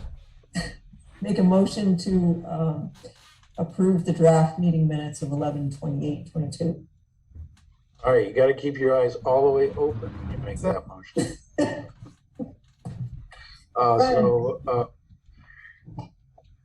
Motion made by Lisa, and I think it was seconded by Ron. Is that correct? Yes. Okay, so roll call vote starting with Dan and Mark. Aye. Aye. Lisa and Carrie. Aye. Tama and Ron. Aye. And I'll throw in an aye. And that motion carries. We still have report from staff. So the only thing I need to report on that's dire right now is that we heard back from the Island Brook folks on the conditions that we suggested DEP. They shot every single one of our conditions down. So the next step is, if we want to, I guess, pursue the conditions, we would have to get a special agreement in place, which is going to cost us more money for those conditions to put then secure them. And I don't even know if the applicant's willing to play ball with us at this point. But I would bring it, I told Nathaniel that I'd bring it to the commission's attention to gather a decision that the commission has with regards to pursuance of a side agreement, as they have recommended. DEP has recommended that we pursue a side agreement if we would like to with the applicant. Dan, I mean, You mean like, so was there any you mean like logical they don't reason What's that? hold any of it? I'm sorry, you both Sorry. spoke at the same time. Is there any logical reason why DEP would not uphold a few pithy town conditions? I just received the, and they said that they do not have jurisdiction over local criteria or, yeah, so Yeah. I'm basically kind of, it was my understanding that the project is proposing, to not do disturbance within 25 feet of the wetland. That's how they're proposing it, but to condition it, it's, I guess they're not willing to put it in as a condition. Well, DEP can uphold, we have three options, right? They can throw our conditions out the window. Which is what they're doing. Uphold it in full, or they can institute their own conditions and still entertain some of ours. So they're saying no to ours. Okay. Yeah, they said no to all the local criteria. Okay. So that's kind of my stance on it as well. And to be honest with you, I don't know if it's worth the time and money to really pursue this. And that's what I kind of said. I said, you know what, at the end of the day, DEP can basically have ownership of this project. And to be honest with you, I don't even know if they're going to be able to get it in, because Mass DOT, they still need to follow that procedure. And then they've got the town water and sewer that they need to basically facilitate. So, they don't have all their ducks in a row for this project. So, if they get approval through DEP, great, but that doesn't mean that they're going to be able to secure their project, the majority of their project, to get it kind of to service and the utilities and everything like that. So, it's kind of, they're at their own discretion right now. And if anything happens, it happens, and we'll be notified. Well, I think we went for it. We tried to see if they'll entertain it, and they wouldn't. So I think we're pretty much done. Yep. That was my take. And if the rest of the members agree, then, I would just need kind of a nod, basically, that, that's not something that the majority of the members want to pursue. Yeah, I would agree with that. And as far as them not having their ducks in a row, that's been kind of the rule with this project from the start. Yeah, there's a lot of obstacles they'll still need to achieve with this project. And from what I gather, with Mass DOT requirements, if you need to get access once they did the paving, there's a time frame where you can't get access afterwards. So that could be 7 years from now, but I don't know what the time frame is. I'd have to double check with kind of what the restrictions are. It's usually 3, but Yeah. they do put a moratorium on new curb. Yeah, they cuts. do. Yeah.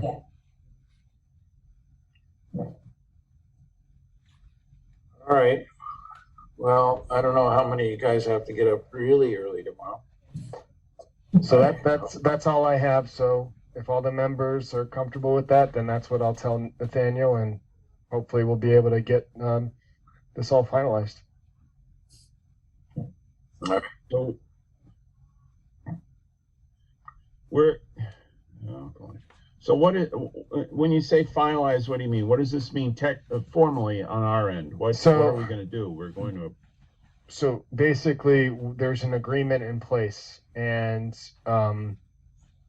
as part of this agreement, you know, we're basically conceding that we don't want to pursue any sort of additional conditions through a side agreement as part of this with the applicant. And I don't think it's going to go anywhere, to be honest with you. So, you know, it would just be our concession that we're just, you know, saying that fine, DEP can have this project and they can run with it with the applicant through the appeal process. They basically are the ones that are going to be the authority as to, you know, making sure that it's constructed and built and there's an as-built. They do the certificate of compliance. So that's kind of where it's at right now. They are the agency for this project. We're not. The only way that we could get involved is if there's any sort of off-site disruption or any sort of thing. Unless the side agreement is that they're not going to do it at all, that would be a great side agreement. I think you know, kind of to my point, Dan, was that I'm not certain at this point this project will go in because there's still a lot of open-ended things that they need to basically have in place to make this happen for them. And there may be, they need to come back in front of us for the water and sewer connection. We don't know at this point because they haven't really formalized anything on paper for that. They just have the connection going to the street. So we'll see what happens. Not how I would want to organize a project, but you know, it's what it is. It's what we're dealt with. All right. Well, unless there are further comments, and I suppose I could call Peter Wiggins to log on and cheer us on, but it might be time for an adjournment motion. So moved. Second. All right. Traditional. Happy holidays. You bet. Yeah, everyone have a wonderful Christmas. Okay. Thanks. You All too. right. Holidays. And a safe one. Thumbs up. I'm disconnecting.